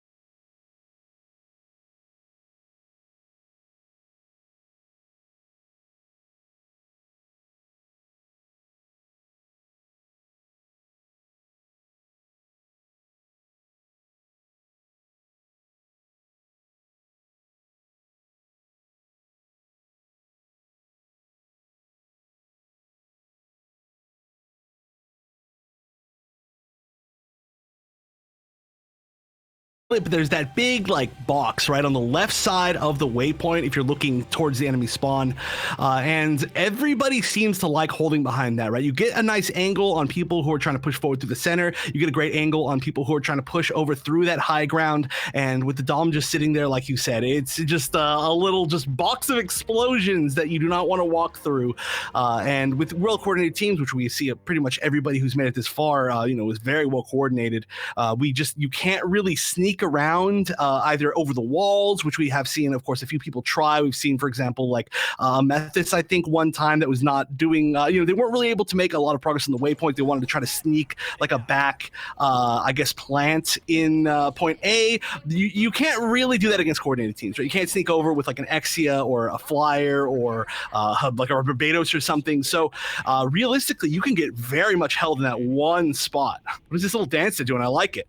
Yeah, Forrest just showing off his tracking at this point. You can see, oh, take a look at that. He does have a pretty large XL mouse pad there to be able to do it, and it looks like he does have a good 180 on it at the very least, but that's a very nice tracking. Beautiful tracking, some would say. But here we go, going into our first attack on Quarry. It is going to be Gundam Unicorns taking the first push out. We'll see if they want to try and put a focus onto that high ground. They are running that similar composition. They've been running Gundam all day as well. Yeah. That's one thing to note. Yeah, I mean, I really like to see it. They are forgoing the more traditional. Oh, we're actually going to see a Marsai as well on this other side, but they're going the traditional like support role a lot of the time. Go for that Gundam, which is working really well because we see the Sazabi meta. Getting rid, of course, of that shield is huge. But here we go, a very quick first push, and we're going to see actually not as many people behind this box as I expected. In fact, there's going to be a heavy push on the other side from behind it, and already they are breaking through that first choke. See if they can get the res, though. The Meth is not there in time with the cable to get him back up. It looked like it was just an LOS kind of disconnect, and he didn't realize it, but it's fine. They are winning out that fight, and they will go ahead and send Gundam Unicorn back at this point and regroup for themselves. So the waypoint's still not taken now for the other side, as it looks like, yeah, again, teams just not playing for that high ground. So Inarizaki glitch might actually hold up there for just a moment, but it's this Pale Rider in the back line dishing out consistent damage. Oh, and interesting. Okay, I just noticed there is a role change overall on the side of Inarizaki. We're going to see X-Ray go back to the Dom that he's very well known for, and the fact they have no Sazabi means he's no longer going to be playing that full tank role. So they really are trying something completely different for this game to try to switch things up. Of course, we see a lot of the other players, like, for example, Listic still in the Pale Rider. Everybody's still playing usually their roles, but this seems to be working decently well. I mean, these pushes are working well. We haven't seen Gundam Unicorn able to find their full capture until pretty much as I say it. Yeah, now they have their choice of the litter. Do they want to go to point A or point B? Right now, it looks like they are going straight for point B. Ashmar is already there. Use a transform to get in. The Thermite just to control space, but he has to back away now. The rest of the squad is here. He's got his tank up top. Down below for him to cover that plant, and the Mega Charge will go down onto point B. I have to heal. He like heard you. He answered you immediately as we went to that POV. That was amazing. But yeah, point B. Of course, if you have a lot of like straight shooting characters, like for example, the fact that they have that Gundam as well, it can be so good at defending this spot. If you choose like either above or below with the G mover from that RX-78, it can completely cover the zone without being able to shoot it back. So I do love the fact that they chose that. It looks like they're holding this very well and in a pretty far forward position as well.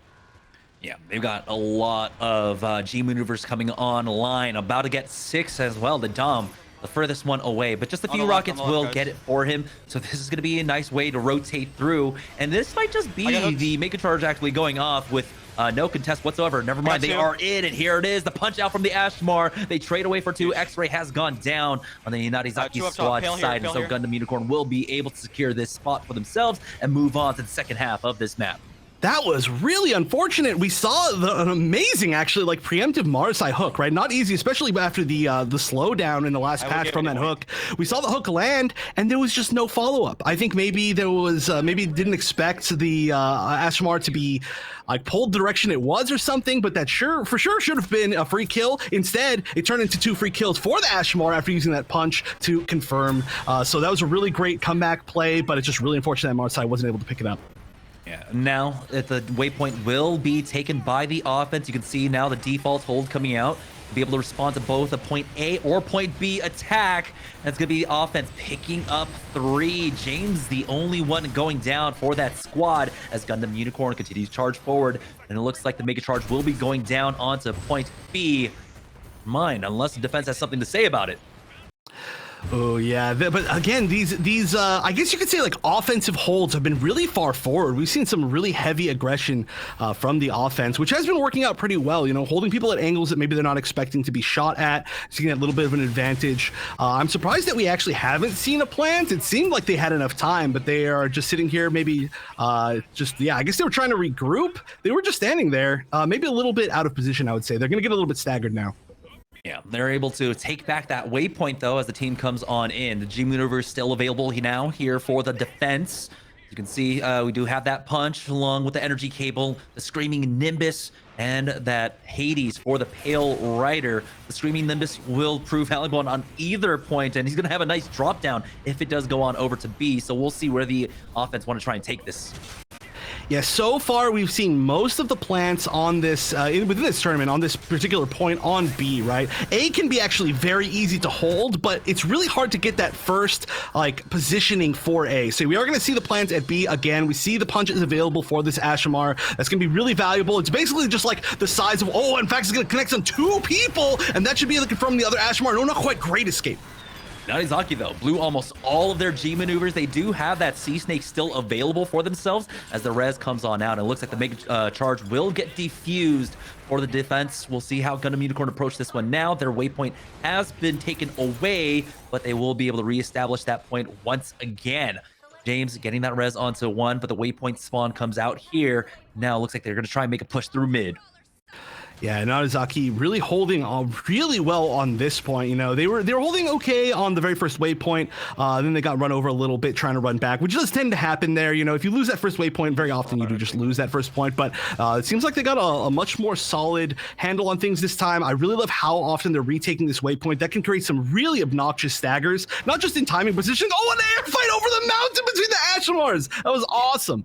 And it's not going to mount to much. They do have the health packs to heal off of, but here he goes, taking to the sky once again, trying to take that duel mid-air fight. The dog fight is going to go the way. It looks like the offensive Ashimar. The Hades has been popped, though, by Subject. He's charging in. Transam is available for Inarizaki on this hole. They even got the Hades going down now. Subject finds one more. The offense trying to find some purchase here as they do not get the Mega Charge down quite yet. There it is, going down onto point B.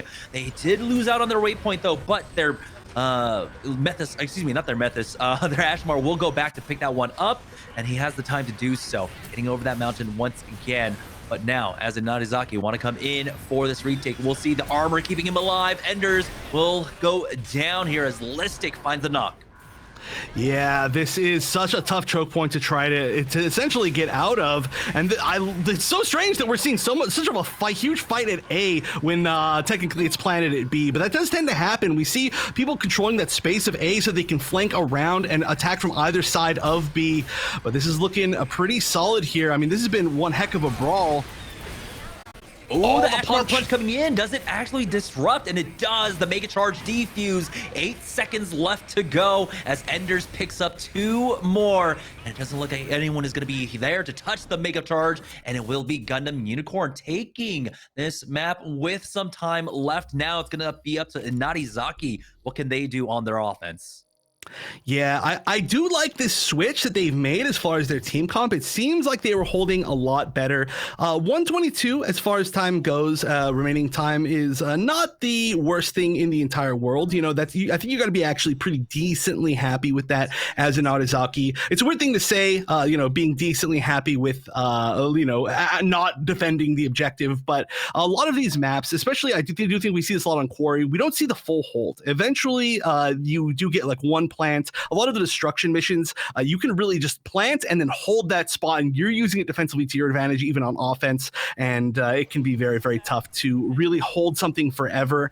So 122, not the worst thing in the world. I'm curious, though, now going on this other side, if we are going to see Inarizaki stick with that kind of like less tanky, no Sazabi comp, because it's going to be a little bit hard, I think, for them to push into positions if they don't have the Sazabi. Pressure exit here.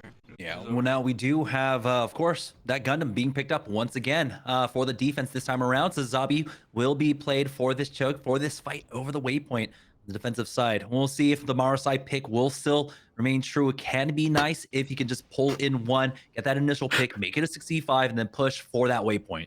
I want to see just a compilation of all the Gundam Unicorn players just pre-round doing whatever they're doing. I think this is the most entertaining part of this. But no, yeah, we are going to see, of course, a few people kind of hiding behind this box once again. Somebody needs to actually get a name for this box. I don't think the enemies are going to come from the clouds. Maybe not quite looking the right direction. Oh, no, just kidding. Going for the axe. All right, and we're going to see the scan. That's a classic thing that we see. So we are going to see, yep. Oh, I love seeing it from the point of view of somebody else. Every single person being shown. You can see, 2 or 3 going through the right side and a lot of the others going through the middle. Love it.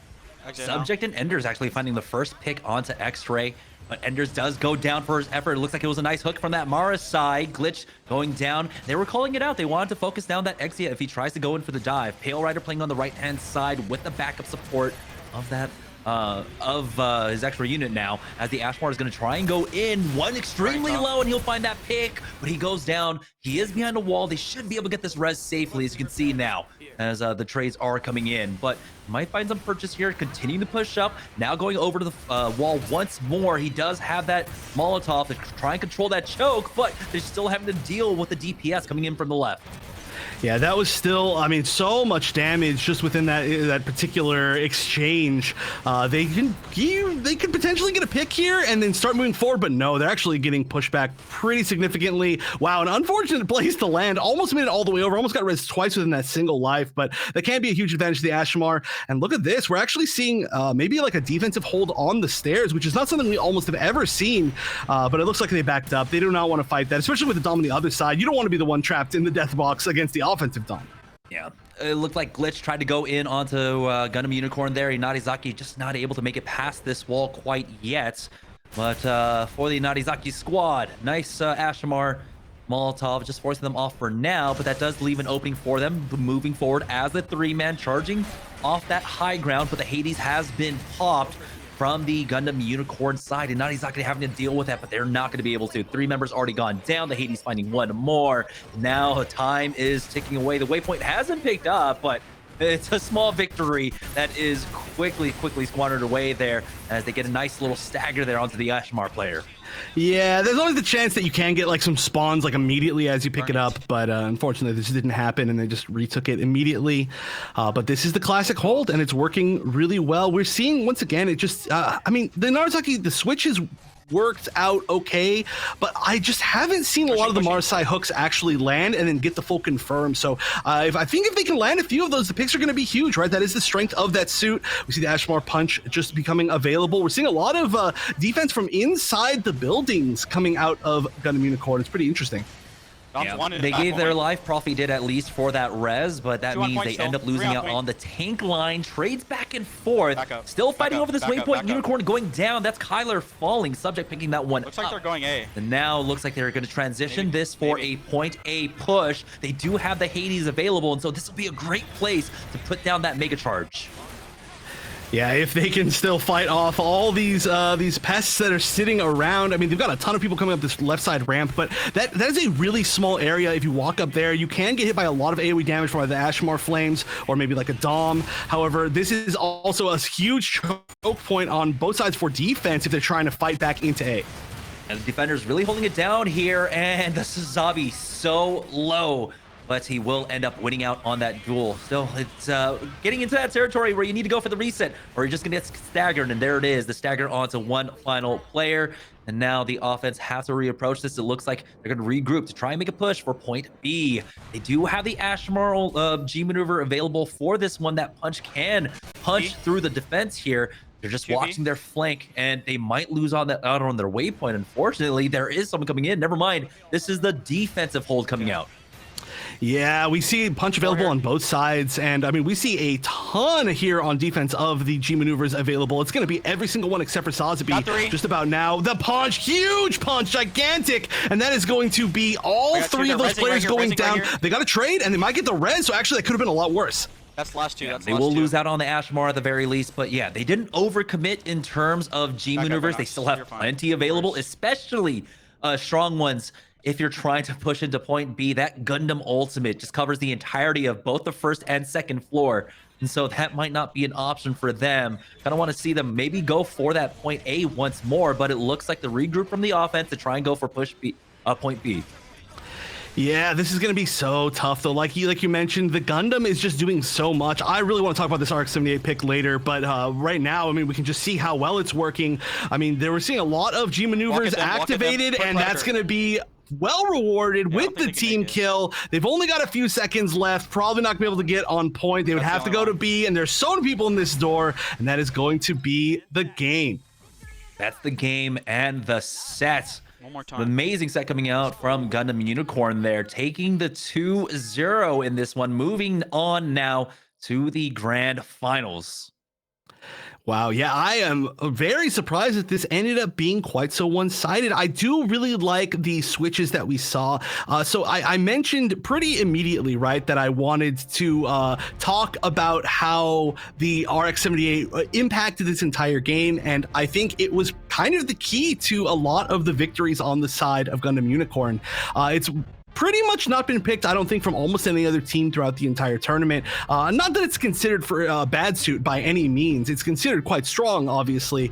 But the fact that it has that super strong ranged anti-shield, I guess, utility, it meant that players, you know, on Inarizaki were not as comfortable playing the usual Sazabi build. It has been able to take down a lot of the tank players on teams like even like BOZOS, right? For example, they have had to play very differently in the way that they approached things with that Sazabi. And there have been so many times on a lot of different points where that the G maneuver, it can just control so much. It is the strangest G maneuver. I see people in chat, it's so funny. I see people saying like, oh, that G maneuver is terrible. I see people saying like, oh, that G maneuver is really good. And it can be both, right? It can be one of the best in the game. It can be one of the worst in the game based on where you throw it, where the enemy team is, what point you're on, you know, how committed to the point they are. But it has the potential to be extremely strong, and we've just seen that suit just do so much over the past few sets from the side of Gundam Unicorn. But still, a huge congratulations, of course, to Inarizaki for making it into this third place spot. They definitely, to me, still seem like a team that has to like work out, you know, exactly like what their core team is going to be. And on the other side, I think Gundam Unicorn, they've got that down like perfect, right? Yeah, now they are on a collision course. The rematch up against Team BOZOS in the grand finals. This time around, though, it's going to be a best of 5 for that set. Before we take our break, though, let's go ahead and talk about the MVP of this match, or well, this tournament. We do have, of course, our MVP being decided, and it's going to be decided by the community. You yourselves at home can go ahead and get involved in that one. So make sure that you get involved. All you have to do is follow us on Twitter. Hold up one moment while I bring that one up. But yeah, we are going to start running the vote in just a moment, and it's going to be the Sotora's Tabletop Gaming MVP. And it can be any player. Just let us know on Twitter who you think the MVP of this tournament has been so far, or throughout the grand finals. We will announce the winner at the end of the day. Now, we're going to go ahead and take a break. When we get back, we'll have the grand finals, the Breakout Series Halloween Havoc, right after this.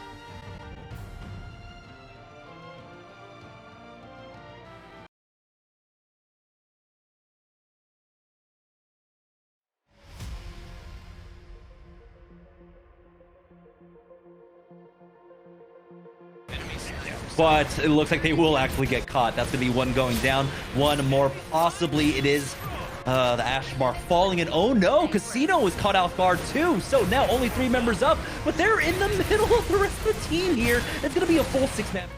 Oh, you gotta be careful. You've got the energy cable, you got the repair cable along with the heal being used early on. Hades will get popped. They're not actually using the Methasol. They don't have it, or they might have actually popped it onto someone else as they charge forward. Now Ashmar Punch being utilized as well, and the Screaming Nimbus, everything being used from the defense here. They were trying to play for that drop down to respond to either a point A or point B push, but now here's a concerted effort coming out from Inarizaki, but they're not even going to be able to make it over to that waypoint. They already cleaned up. Transam, I believe, might have been used here. We do have the Unicorn ultimate going down, picking up 2, and now that's going to be the clean line. You can see they're trying to measure the defensive push and now they end up losing out on their Sazabi, but the Hades has been used from the defensive side. They're at least bleeding out some of the ultimates, and with the time advantage that they had on point A, that's actually kind of good for them. Bleeding out 2 ultimates.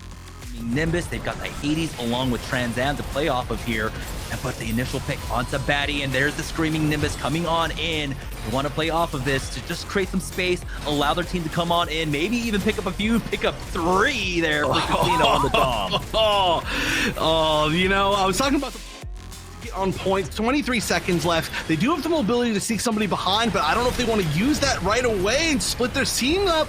But this is the turret got 2 kills. The turret got 2 kills from Memphis. Yeah, set up though expertly by that Ashimar Punch, who was just waiting around the corner that entire time. You get once you capture the points.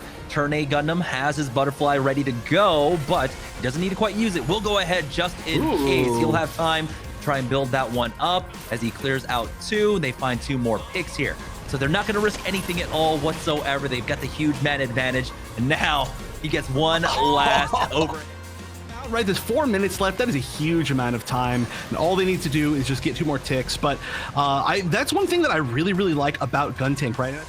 Armor gun on Exia makes Exia so hard to kill. Already it's a slippery target, but giving it that extra health that's like, I mean, it's already a high percentage of its health that it's giving extra. It becomes like this 2-man just killing squad. It's ridiculous, but that was a nice chunk directly on the leg. Back, he will have that faster charge to try and knock them back. It worked with that Ashimar Punch, but instead just the presence alone. Transam has been used. They find 2. Listic has gone down. They need to get a man on the point now, and somehow Powerpuff Girls keep this alive.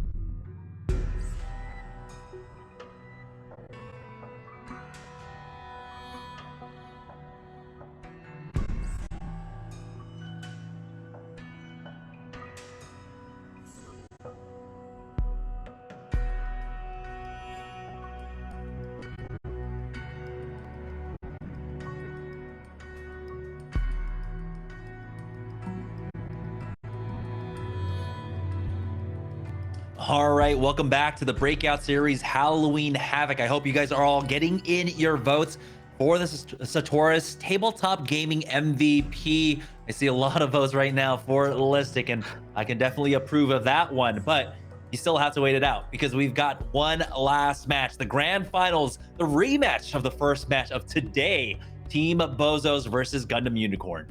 Yeah, that was a great match, and we talked about this before, but Gundam Unicorn just look better and better as time has gone on. Throughout this tournament, they have just gelled more and more together, and they are very, very much capable of taking this grand final. But I'm so happy that we get to be in the grand finals here of this tournament and have a team that we didn't expect to be in grand finals have a great fighting chance in grand finals against, of course, what was considered very possible the favorite to win the entire thing. So this is just exactly what I wanted to see from, this brand new scene, Gundam Evo. It is still so new, and this is exactly what I want to see out of it. Yeah, at the beginning of the day, we started off, of course, with the Underground Command Center band, but let's go ahead and take a look at the journey that got us here. This is from our Matcherino page. There's still time if you guys want to get onto Matcherino right now, complete a few quests on there, and contribute to the prize pool. We are over $500 to be split amongst our top teams now, but this is just a journey of Team BOZOS knocking down teams left and right. Our losers finalists Inarizaki and Gundam Unicorn both sent down to the losers by Team BOZOS. Yeah, and of course, 2-2-0s. We've had only a single 2-1 throughout the entire tournament, either on or off broadcast, which is really ridiculous. But I mean, of course, it was a very close 2-0. I know it's a weird thing to say, but it has very much been the case for a lot of the matches today. And now, again, this is going to be grand final, so it will be a 3 out of 5. It's a very different set just going in. It's a very different mindset. There are going to maybe be some maps that some of these teams are not as familiar with, and I want to say unpracticed or less familiar with, but definitely not Flak Fort levels, which we've been seeing the entire time so far. That's right. Things are changing up a little bit here because we have a 7-map pool. That means we only have 1 round of bans. And so we'll have our first 4 picks, and then the final one, of course, will just be left there to the wayside in the 5th map if we get there. I don't know if Team BOZOS is going to allow that to happen because they have been absolute dominant across the last 2 days. Yeah, they, again, they are the reigning champions of the EGL tournament that just happened, and for very good reason. They're just playing so well together as a team. They have so many of the really important roles locked down. They have, of course, some of the best players at their suits in the entire region, or maybe even some of the best in the world. I would love to see, of course, regions like Japan and NA and EU all play against each other, but, they are for sure up there. They are for sure within the very, very tippity top percent. Again, of course, like Duke being literally ranked number 1 on the leaderboards is a ridiculous feat, playing solely that Exia, but they're just their combination of their individual skill with each of their units, and then their skill as a team together, which has been just completely flawless as well. There's just been no crack in the armor. Of course, being in grand finals without having lost a single game is just such an incredible feat. So they're really trying to kind of pop out as the dominant force here in the Gundam Evolution Newtype League. I'm really excited to see, though, what kind of a fight Gundam Unicorn could put up against them. Yeah, one thing we do have to note as well is that, right now, actually across the last 2 days, BOZOS has been plagued by disconnects. Unfortunately, Spoo has been having issues with it. And we do have to note it, right? And the fact is, they still bounce back. They find themselves in difficult times when the reconnect happens, but once Spoo is back in, it's like nothing changed at all. They get right back to their same game plan and their same kind of dominance. So we're just praying now for Spoo's internet. We don't know exactly what's going on in that regard, but we do have to mention it. That's something that happens, unfortunately, in online tournaments. But they have been able to kind of just brush it off and then get right back to their original game plan. Yeah, it's actually like, obviously it's not good for them, but it's kind of like a statement to be like, yeah, we had, 2-3 disconnects in a single game of domination, and we still won that game of domination. Like, it's like, okay, relax. In winners finals of a tournament, I know it's a flex, but yeah, I did see Smooth talking about how it's their ISP in the chat. So hopefully it's better. I think they said it might be better. Hopefully there's been something fixed, but clearly, even if that happens, Smooth can get back in relatively quickly, and they can just get right back on it. At least it's not like a full game disconnect. But again, that just makes them that much scarier, right? And if they don't have disconnects, then that's even that much scarier. here. So we love to see that level of coordinated play. But Gundam Unicorn, again, they've been I would say like the most successful team to bring more unique picks. Inarizaki did actually have a super unique set of units that they chose in the last game, but it didn't quite work out for them. It did kind of work out, but overall, bringing the RX-78, not bringing usually the Methis, I believe, on the team, but being flexible, of course, with what they can choose around based on the map and the comp of the opponent, of course. I just love that the ability to be flexible in that way, and I've been loving the usage of the RX-78. We saw that it was working very well against BOZOS before. I don't really expect that we're going to see too much of like a wild switch like we saw from Inarizaki in the previous game. I want to see them just play their best. I think they totally stand an extremely close chance of being able to topple the giant that is BOZOS so far. And now we're getting into the map bans. Today started off with Underground Command Center and I believe Harbor City, both being the bans for, well, our first match in the winners finals and in the losers finals. We'll see if that one remains to be true. Our first ban coming in just a moment here. I mean, I don't know what. No one wants to play Underground Command Center. I want to see some sniper, and those are the two maps where you're going to see sniper on point A, Harbor City and Underground Command Center. Just waiting on that in just a moment, but it looks like it's going to be BOZOS, of course. With a higher seed, they'll have the first map ban, and then of course after the first round, it's just going to be picks all the way across. So we'll get that in just a moment. Yeah, I think there's a little bit of confusion, it seems like, in the map ban. We also had that yesterday where teams didn't realize there was a pool to play off of. I believe there's 10 maps total currently in Gundam Evolution. We only have a pool of 7. There's just too many maps to have to practice at that point if we did have all 10 available. Yeah, it's there was actually some surveys that went out, like what are your favorite maps to play on competitively, for example, like which maps do you not like, I think was more of the question, and so it kind of just got pulled down to like a smaller group to make things a little bit more manageable just for this tournament. Again, I love everything that all these TOs have been doing to try to like figure out like let's try this, and hey, if overall some of the teams say maybe they don't like this exact map pool, then things can change, right? This is still a new scene, it's a completely new game, we're all trying to figure out everything, but so far it has seemed to be pretty smooth. And again, this is grand finals, the process is a little bit different, so it's very understandable that the teams are just trying to figure out exactly how things are working. But as time goes on, as tournaments go on, people are gonna learn a lot better. Yeah, so Underground Command Center was the first ban coming out from BOZOS, and on the other side, Flak Fort is actually taken off the pool, and that one was actually picked up by Gundam Unicorn. And after that point A hold coming out from Team BOZOS, I can understand why. Yeah, this might be, I think, the first ban that we've seen on Flak Fort. Usually we see Flak Fort as the first pick, so we're undoubtedly, I think, going to see some really interesting maps coming out this set. At the very minimum, we're going to be seeing 3 of these remaining 5 maps. So 2 of these are Domination, of course, 2 of these are Destruction, and then Harbor City is just point capture. So we might see a decent amount of Domination, and Domination has been a really strong game type, I think, for BOZOS in the previous sets that they've had. They've actually gone to, I think, more than most of the other teams. But we're going to see, there we go, right off the bat. Yeah, that first pick, it's going to be Mountain R&D. That is the pick of BOZOS as well. Thermal Plant is going to be available, and we saw them when they had the full 6 up. They look absolutely dominant when it comes to these maps. Quarry is the pick coming out from Gundam Unicorns there for map number 2. And now we got to wonder, what is map number 3 going to be? If they picked Mountain R&D and Thermal Plant is open, I imagine Thermal Plant is going to be their pick. Yeah, we could see a domination heavy set this time around, or we could finally see somebody choose Ministry of Defense just because we want to see every single map here throughout the tournament. No, I'm just kidding. That might be the only one that we don't see. It wouldn't, again, it wouldn't really surprise me. But yeah, so far, Corey has been kind of, I think, the second safest pick if you don't want to play domination. We've seen people go to it a good amount. We just saw Corey in that last set, so not a huge surprise to me that it's going to be picked. But we could see Harbor City. We saw Harbor City one more time before. But overall, based on what we've seen throughout the rest of the tournament, I'm going to have to assume it's probably going to be Thermal Plant, but it's pretty up in the air, of course.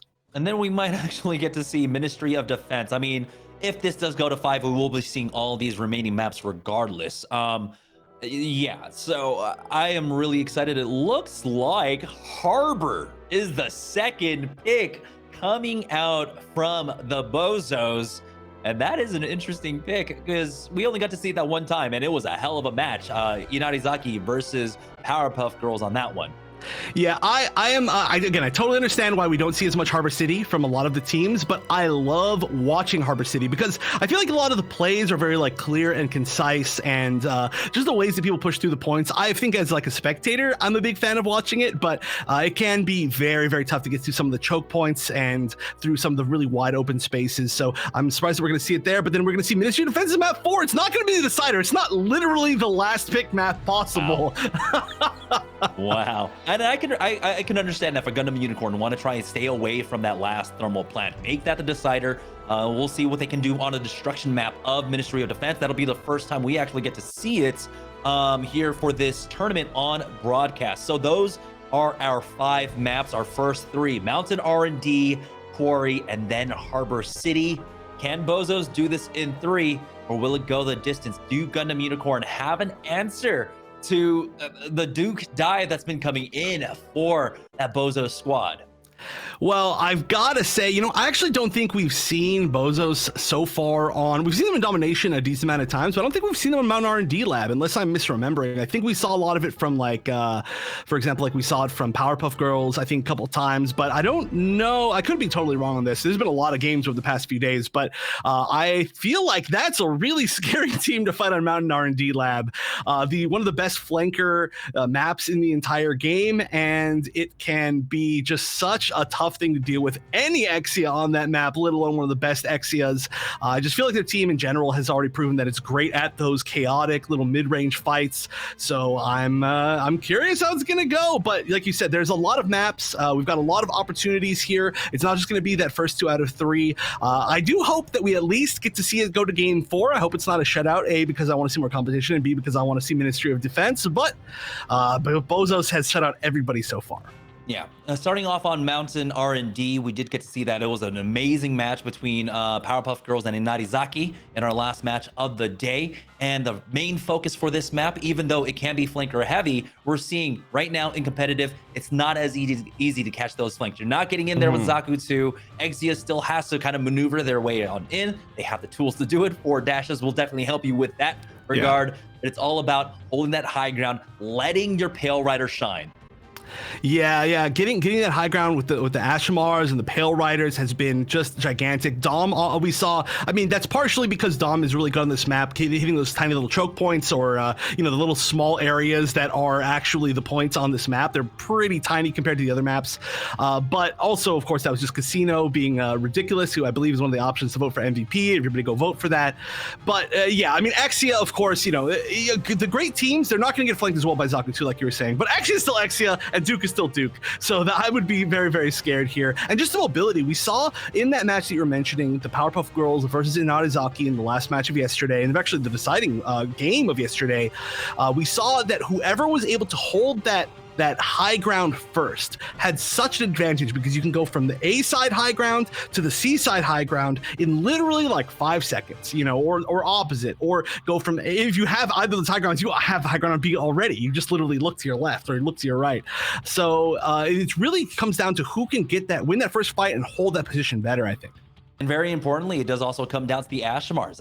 Either side should be running it here, applying that extra AoE pressure with the Molotov. If a team gets that high ground first, is going to be extremely important as we are waiting for map number 1 to get underway. This is going to be one hell of a grand finals. The rematch of our first match of the day, BOZOS versus Gundam Unicorn.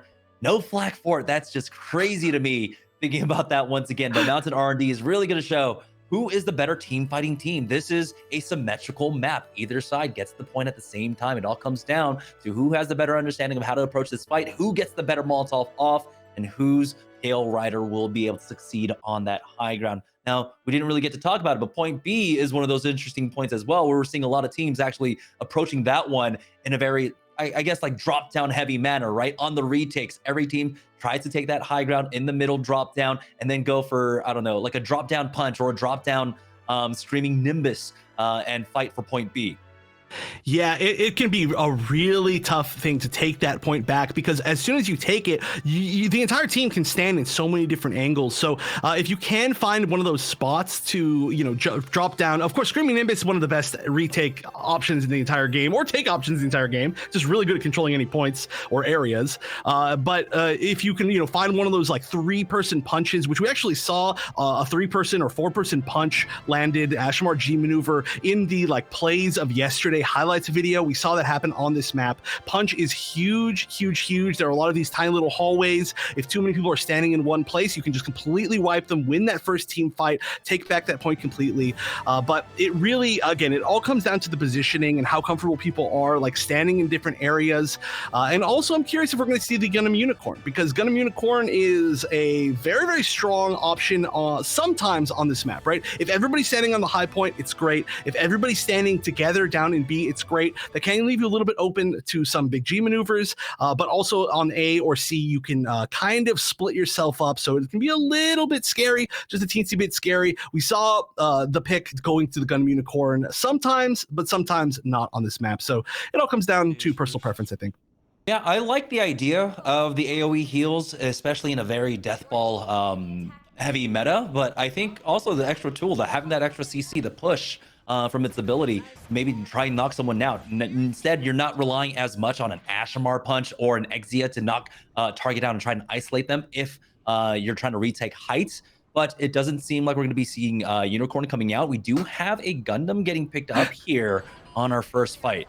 And here we go. We're going to be starting off on A, so it's a fight for this high ground. And immediately, of course, we're going to see who can land the best Molotov. That was a full one. Look at that. Almost 15% already built.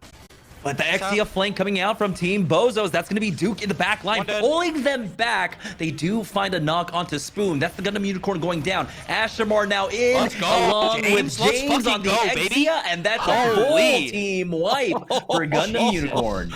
Oh my gosh. This guy, I love the comms, dude. I love the comms telling you these guys are definitely friends, right? They're definitely friends outside of whatever game they happen to be competing in. That's a really great team fight, and a lot of it was so much because of that firebomb from the Ashamar. Oh wow, the escape using the verticality, dropping down and then coming back up. That was a little bit risky, but still they are holding on to this top spot decently well. A lot of people downstairs actually. They might lose this high ground. Yeah, they're fighting for the point though, as the challenge is coming in. 20 seconds remaining now, and Gundam Unicorn are still holding on. Here is the run back from Force as he does get back onto the point with the squad, has the molly available, and does send them back. Now with 17 seconds remaining, I don't think there's going to be enough time for them to regroup and try and contest this one. As you can see now, the focus is immediately on taking the high ground, as this point will be swapping on over to C. Yeah, but what a great hold. That was, I mean, a huge amount of percentage just sitting there, just not able to get even a single point. But oh my gosh, that was really loud. I think that's the POV of an Exia. I was about to say that extremely loud dash punch sound is somewhat telling, but again, we're seeing the Exia duels down below. Pretty similar HP. The Sazabi's going to go and ruin the party, but Tism is going to potentially finish off that Sazabi and get the res. So that is going to be a really nice spot for BOZOS, trying to cap C as it spawns.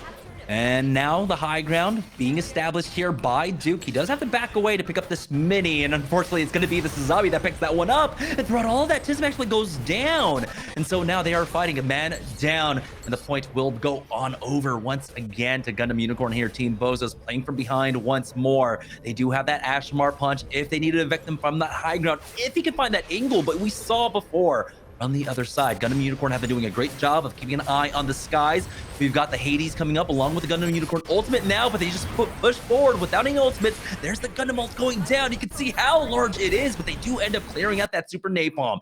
And now as we swap on over, the Hades is available here for Team BOZOS, but do they need to rely upon it? They might, as James ends up picking up two. The trades are there for them though, but the Hades from behind might just be too much, as Tism will go down, and now it's gonna be 90% almost being picked up by Gundam Unicorn here in the first round. Yeah, that is so dominant. I mean, that was a pretty late Hades to use for that point, but again, we've seen that it's pretty valuable to try to use whatever you can to win team fights, even if you're not going to be holding that point for very much longer, because you want that high ground going into what's going next. Here we go, we see the Trans Am activated, gonna land on a chunk of them, not quite able to get the damage it wants on the Sazabi. The Sazabi's gonna back up. This might be able to close it out. No, the health pack already picked up, and this Trans Am might be not getting really anything. It didn't get anything, but it bought space, or maybe Tism just destroyed the entire team there. Objective A will go the way of our BOZOS squad, who have a lot of ground to make up for. 12% versus the 88 on the Gundam Unicorn side, but they do have this high ground now. They've got 3 G maneuvers available, the Hades, the Screaming Nimbus, and the funnels, and it's a full 5-man coming around from the other side. You can see, though, the flank coming out. We'll see if this Ashmar can get much. He does have a long ways to go to try and get that ultimate G maneuver back on up, but it's just kind of a reversal of positions, but it's a trade 1-for-1. Ender's going down. They end up getting the tank at the very least as Zabi falls. The Hades is there for Tism as he picks 2 up on that one subject going down, and it looks like the retake is here for Gundam Unicorn. Now there needs to be a fight on the point, extra time ticking away. BOZOS need some presence, and they do end up taking it. Wow, they've got a lot, 70% to try to make this back. There's going to be, of course, a regroup from the side of Gundam Unicorn, but they just have to get them all off point a single time. That's all it's going to take. And again, it looks like they're going for this push from the other side, and it's just been working really well so far. It's been really hard to kind of get people off of this high ground, but Gundam Unicorn, a pro at this map, totally understand why they're picked it here, and they are going to get some picks, and this is looking really good. That's Duke and their other DPS Tism down. They find the tank as well, and they're just patient with it and surgically pick apart the BOZOS squad. It looks like the first round on the verge of going the way of Gundam Unicorn, and it will be first blood for Gundam Unicorn. Wow, and that was dominant. You hear the comms right there. He said just like that.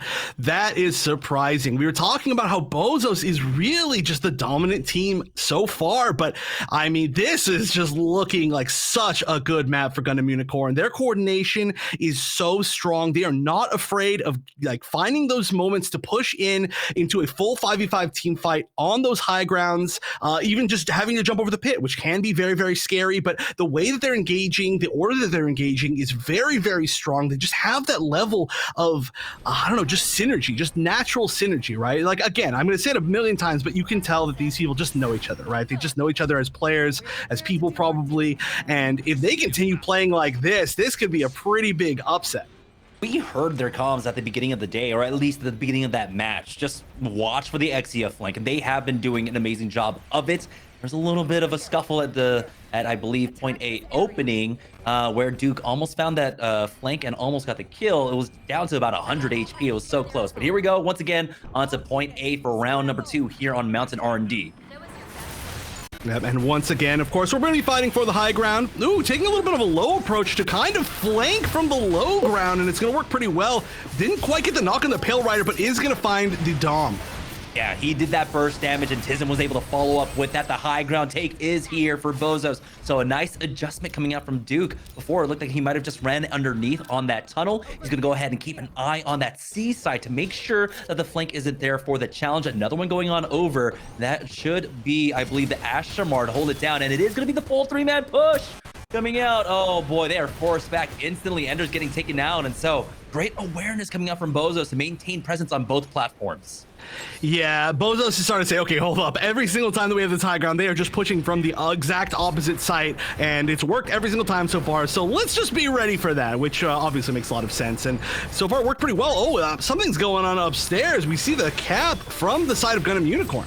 There was no knocks, there was no kills quite yet, and now the fight is going in the favor of Team BOZOS, but this entire time, though, the point is ticking in favor of Gundam Unicorn. So Unicorn doing a great job of getting that back cap, or at least getting onto points, and they will be able to secure 14% before the point swaps on over, and this one is going underground now. 27-28, they will be able to secure 32 for themselves on the BOZOS side for that B swap. I think we've actually seen only A and C so far within the previous round and a half. So I'm really interested as to how they're going to approach B. You mentioned there's the ability to drop down, but it looks like they're just actually going directly forward with a really strong push. You can see this level of coordination. They are getting a lot of knocks. We're seeing at least Enders going down. We're seeing James going down. Oh man, this is just looking super dominant. The punch is just coming up. Probably not going to even need to use it. There's going to have to be a regroup. I'm surprised that Ashmar committed. Oh, the trades are there, though. Focus and Profi has fallen, and the point is just about to unlock as Subject finds one more onto Duke. But Sazabi versus Pale Rider, it's not much of a matchup there, especially when the Sazabi is in your face. That is going to be BOZOS taking the first team fight win here on point B, but it is getting challenged now. Ashmar is ready with the punch if he needs to delay this one for Team BOZOS, but James has fallen. They have the mobile suit advantage in this fight. Yeah, you can hear them. They are just going to be regrouping for sure. It seems like BOZOS have picked up the, I guess, the positioning in B. There's still 30 seconds left. This is a really tough choice to make. You know, I mean, obviously you want to fight for these final 20 seconds. You get one more kind of free push here, but you don't want to also like lose this and let the other team push in fully. And we're going to see the exit from above, going to get a bunch of damage undoubtedly. And yeah, there we go. We're going to see the Gundam going down. We're going to see the Exia going down. We're going to see the Sazabi going down. And exactly what I said is going to happen. Look at this. The site is going to change, and we are going to see plenty of time, I would say, for the repositioning from BOZOS. Oh, they might get the stagger onto Ashmar as well, but the Dom is there to show up with that armor gun to keep him topped off at the very least. But the high ground early positioning is going to be held now by Team BOZOS, ready to send this around number 3 if they could just finish things off here on point A. 69% nice to the 21, but all the ultimates are being expelled there. The punch being a little bit early. I don't know if it actually caught anyone, but you can see now the Hades in the face of the funnels, in the face of the Sazabi. He somehow stays alive for now, takes out the Exia as well. Tism, one of our candidates for MVP, might not have done enough here, unfortunately, but here comes Gundam Unicorn to try and clean things up. Yeah, I'm actually surprised at how well Gundam Unicorn held that together, considering how many G maneuvers were popped all in a row. Of course, they weren't able to fully make that push, but they were able to at least delay the cap for a little bit. They are going to have one more push in them before, you know, the guaranteed loss right there. So I wonder if they held on to any G maneuvers. Maybe they saw so many popped at once, they're like, let's just wait. But okay, the Trans Am coming out, of course, from the Duke, and that's going to be 2 suits down, I think, at least from it. This is going to be so hard for Gundam Unicorn to fight back. Yeah, they also have that Screaming Nimbus being used now for Team BOZOS. 99%. They just need to clean up the point, and this is their win. This is going to send it to round number 3, and it's just the Ashmar left here trying his best to delay in overtime. There's plenty of presence here as the Sazabi gets in with that axe jump. And they do deal with that shield. He's sent down underneath by that dash, and now they're chasing after the Dom. That's going to be BOZOS taking round number 2 and sending us now to round point. Yeah, great adaptation. I mean, so much of what Gundam Unicorn was doing to make that first round successful was the way that they were pushing back onto the high ground from the other side, and the coordination with it is incredible.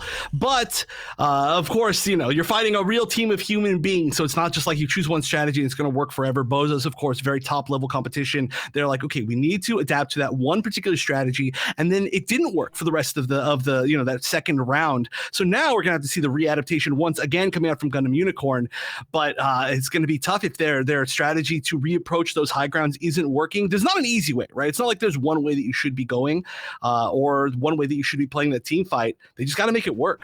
Yeah, Duke has been masterful in the way that he actually approached that second round. Again, not trying to go for that flank, just finding an off angle where he wasn't actually spotted. I think so much focus was being put onto that high ground that he was able to just go in from the left-hand side. We saw him come in actually off of point A and then jump right on up. This time around, we're going to be starting off on C. So nothing, none of our rounds starting off on point B. It's all going to be on the outside here. And now it's going to come down to, once again, can they spot out Duke? Can they deal with this Exia that has been a consistent threat against them?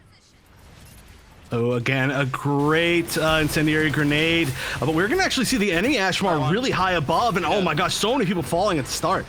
Yeah, it's going to be a 2-for-2 exchange. Gundam has gone down, but the Ashmar dogfight midair, that's going to go the way of Gundam Unicorn. And now they have presence on the point. 7 more seconds, though, for it to unlock. And now they have lost out on that high ground because they dropped down a little bit early for it.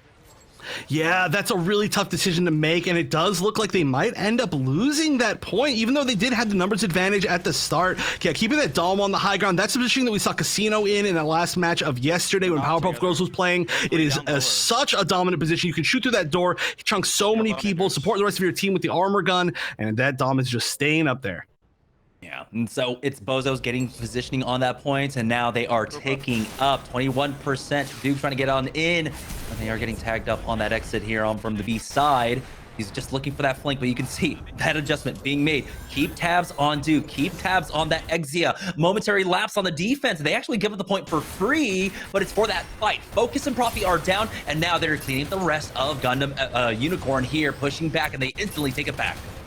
Yeah, that is the second time that has happened. Yeah, it looks like pretty much all of them are going to fall down here. The Hades just becoming available, which is going to be great for fighting for A. A lot of them going through mid, actually. They'll probably cycle around, try to get that high ground again, especially on this Pale Rider. That seems like that'd be a great choice. No, actually, going to hold back behind the Sazabi. The Sazabi acting as a little bit of cover, I believe, in the low ground. We've seen them hold that position, at least to be the one who captures a decent amount, but wow, this is aggressive. They are pushing all the way up to spawn, essentially, here. They only lose out on their Dom throughout all of this. It's basically a 6-for-1 exchange. But yeah, it looked like they were taxing the Sazabi, right? They didn't have the heals there. There's nothing along the way. So he was down to about 300 HP. They had to get him over to that minis, which is why they took that underground path to get over there instead of, you know, leaving him vulnerable. They still have that high ground now, and it's going to be BOZOS once again. Got the point first, and from the side, Duke gets that stun, knocks down the Exia, wins out on the duel. Now 1v1. He does end up getting stunned by, it looked like maybe the Hyper Hammer, and the Trans Am is going to get popped for this fight. This time around, they will contest onto the point. They will not allow Gundam Unicorn to get free progress on that meter. Yeah, and oh my gosh, we have just seen Duke running rampant again, confirming the 12th kill on the kill streak. You know, we saw the very first thing in this game be that Duke pushed forward, was caught out, and actually died, like pretty much I think the first kill of the game, but we are just not seeing that at all again. It seems like Duke, oh my gosh, that's actually a ton of people pushing over that mid-range. Oh, they end up picking one, though. That's going to be Dai going down, and I don't believe he's in an area for them to get rezzed, but with this regroup coming out from Gundam Unicorn, that's going to buy some time for the other side to actually get up as a full. Now, we have 5G maneuvers available here. The point is about to unlock. They're charging forward. Here's the dive out with the Screaming Nimbus, but they don't really have anyone to isolate. The damage really quite isn't there for the follow-up. Enders ends up going down. It was a full 6-man focus onto that Screaming Nimbus, and you have to imagine there's so much shield onto that all 6 members were eventually able to take him out. That's incredible. The trades just going back and forth, but it's the high ground that they were fighting for. They do have that for now, but we'll see if they can trade back here as the kills are just going in the favor of BOZOS. Yeah, I mean, they fought for the high ground, but then not that many people stayed on the high ground. A lot of people were pushing through very aggressively to try to follow up through the low ground. But wow, you know, talking about aggressive holds again. We're seeing Focus have to go all the way back to heal in base, or actually not just to heal, just take cover. The Sazabi just standing right next to their spawn, and just one hit on the punch. That's not the best feeling in the world, especially on this map. I don't know if that's going to be enough. They needed to do it ASAP, though. There's not much time. 99% on the board for BOZOS. Yeah, round number 1 just looked like it was a warm-up for BOZOS. Once we got to round 2, it was just absolute domination. BOZOS will take our first map here in the grand finals, and now it basically becomes a best of 3 for BOZOS. Yeah, that was, I mean, what a turnaround. What an adaptation, right? You can be a great team. That's something actually just in tournaments in general, right? You can be great as a player or as a team, and you can have great strategies and great personal skill. But if there's a strategy that you're not used to dealing with and it's working against you, the most important thing is adaptation. And you're going to have to adapt multiple times over a set. And clearly the adaptation was there to, play a little bit safer for Duke. And of course, I think maybe not even dying a single time in maybe that last round, and then the adaptation to stop the other team, to stop Team Gundam Unicorn from jumping over mid and just catching people from behind every single time, and just the angles that they were playing, the ways that they were approaching things was all completely changed between round 1 and round 2, which is not only of course a great feat of adaptation, but it's a great feat of saying like, yo, we just got almost perfected, in a round, the first round of a set. A lot of people would, or a lot of teams would maybe get a little bit tilted. There might be a little bit of argument between the team, but clearly BOZOS is just like, okay, whatever, it happened. Let's just move on to the next round. Let's figure out how to fix it. They did, and boom, they're ahead. Mental reset was there, and now they just bring it within reach of two. Two maps is all they need, and the next two maps are going to be Quarry and Harbor. Quarry, we got to see, I believe, Gundam Unicorn on it before. They had a great defense. We'll see, though, if it can actually be stalwart against the amazing offense that has been Team BOZOS. I mean, it's hard to pick which team member is doing like the most on that squad, because it feels like everyone is contributing extremely well on the BOZOS side. Yeah, like they're definitely the playmakers, right? A lot of their strategies so far have been, you throw Duke behind them, and then you have Tism like stand in front, and then you kind of sandwich them and make them decide which way they want to go. But just because somebody's out in the front of the action doesn't necessarily mean that they're like putting in, the most as far as the value of the team, because every single person, there's obviously not a weak link on that team. They're all within that like very same level, and we've seen so many really important like shields too, from like the Dom. We've seen so many, just everything in that team extremely solid. So I really don't know like where I would even approach them. Like if I could like create a team in my head and a way to of good players and a way to beat them, they just seem so solid all around, and it's just an unbreakable armor.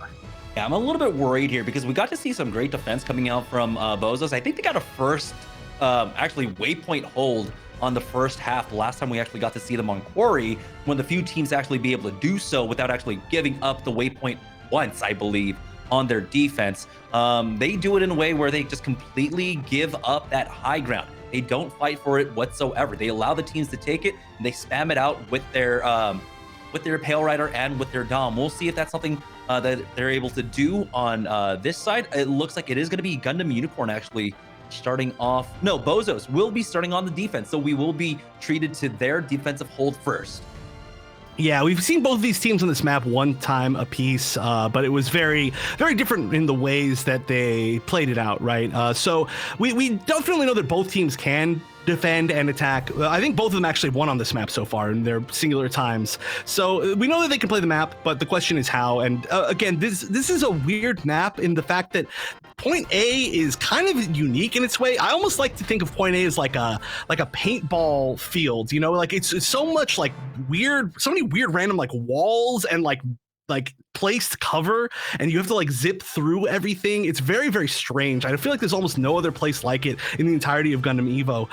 But once you get to B, then it's like a totally different game. It's almost like a map like closer to like Ministry of Defense in its own weird way. So you have to have multiple different strategies. Not only just that too, the A and B at the first point are both very different, and you have to approach them from different ways. The waypoint's different. The second point's different. It takes a lot of good strategy, and not just one good strategy to win in this map.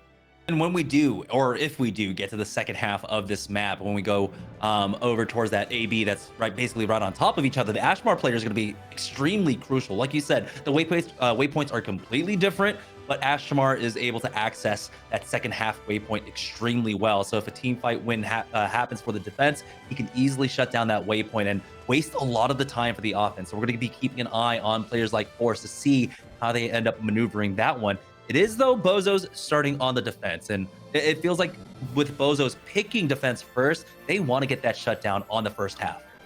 Yeah, which we've seen them do before. One big thing actually exactly what you were talking about, how the aerial mobility can be really important on retaking the waypoints, and also just on getting around in like kind of that first area. Of course, we know that there's not really usually a Methis on the side of Gundam Unicorn, so they aren't going to have that level of, the double flyer comp, which we've seen, I'd say most of the teams going with kind of the double flyer comp, just because the teams are pretty good, unless they're choosing the Unicorn instead for like group battles, which, you know what?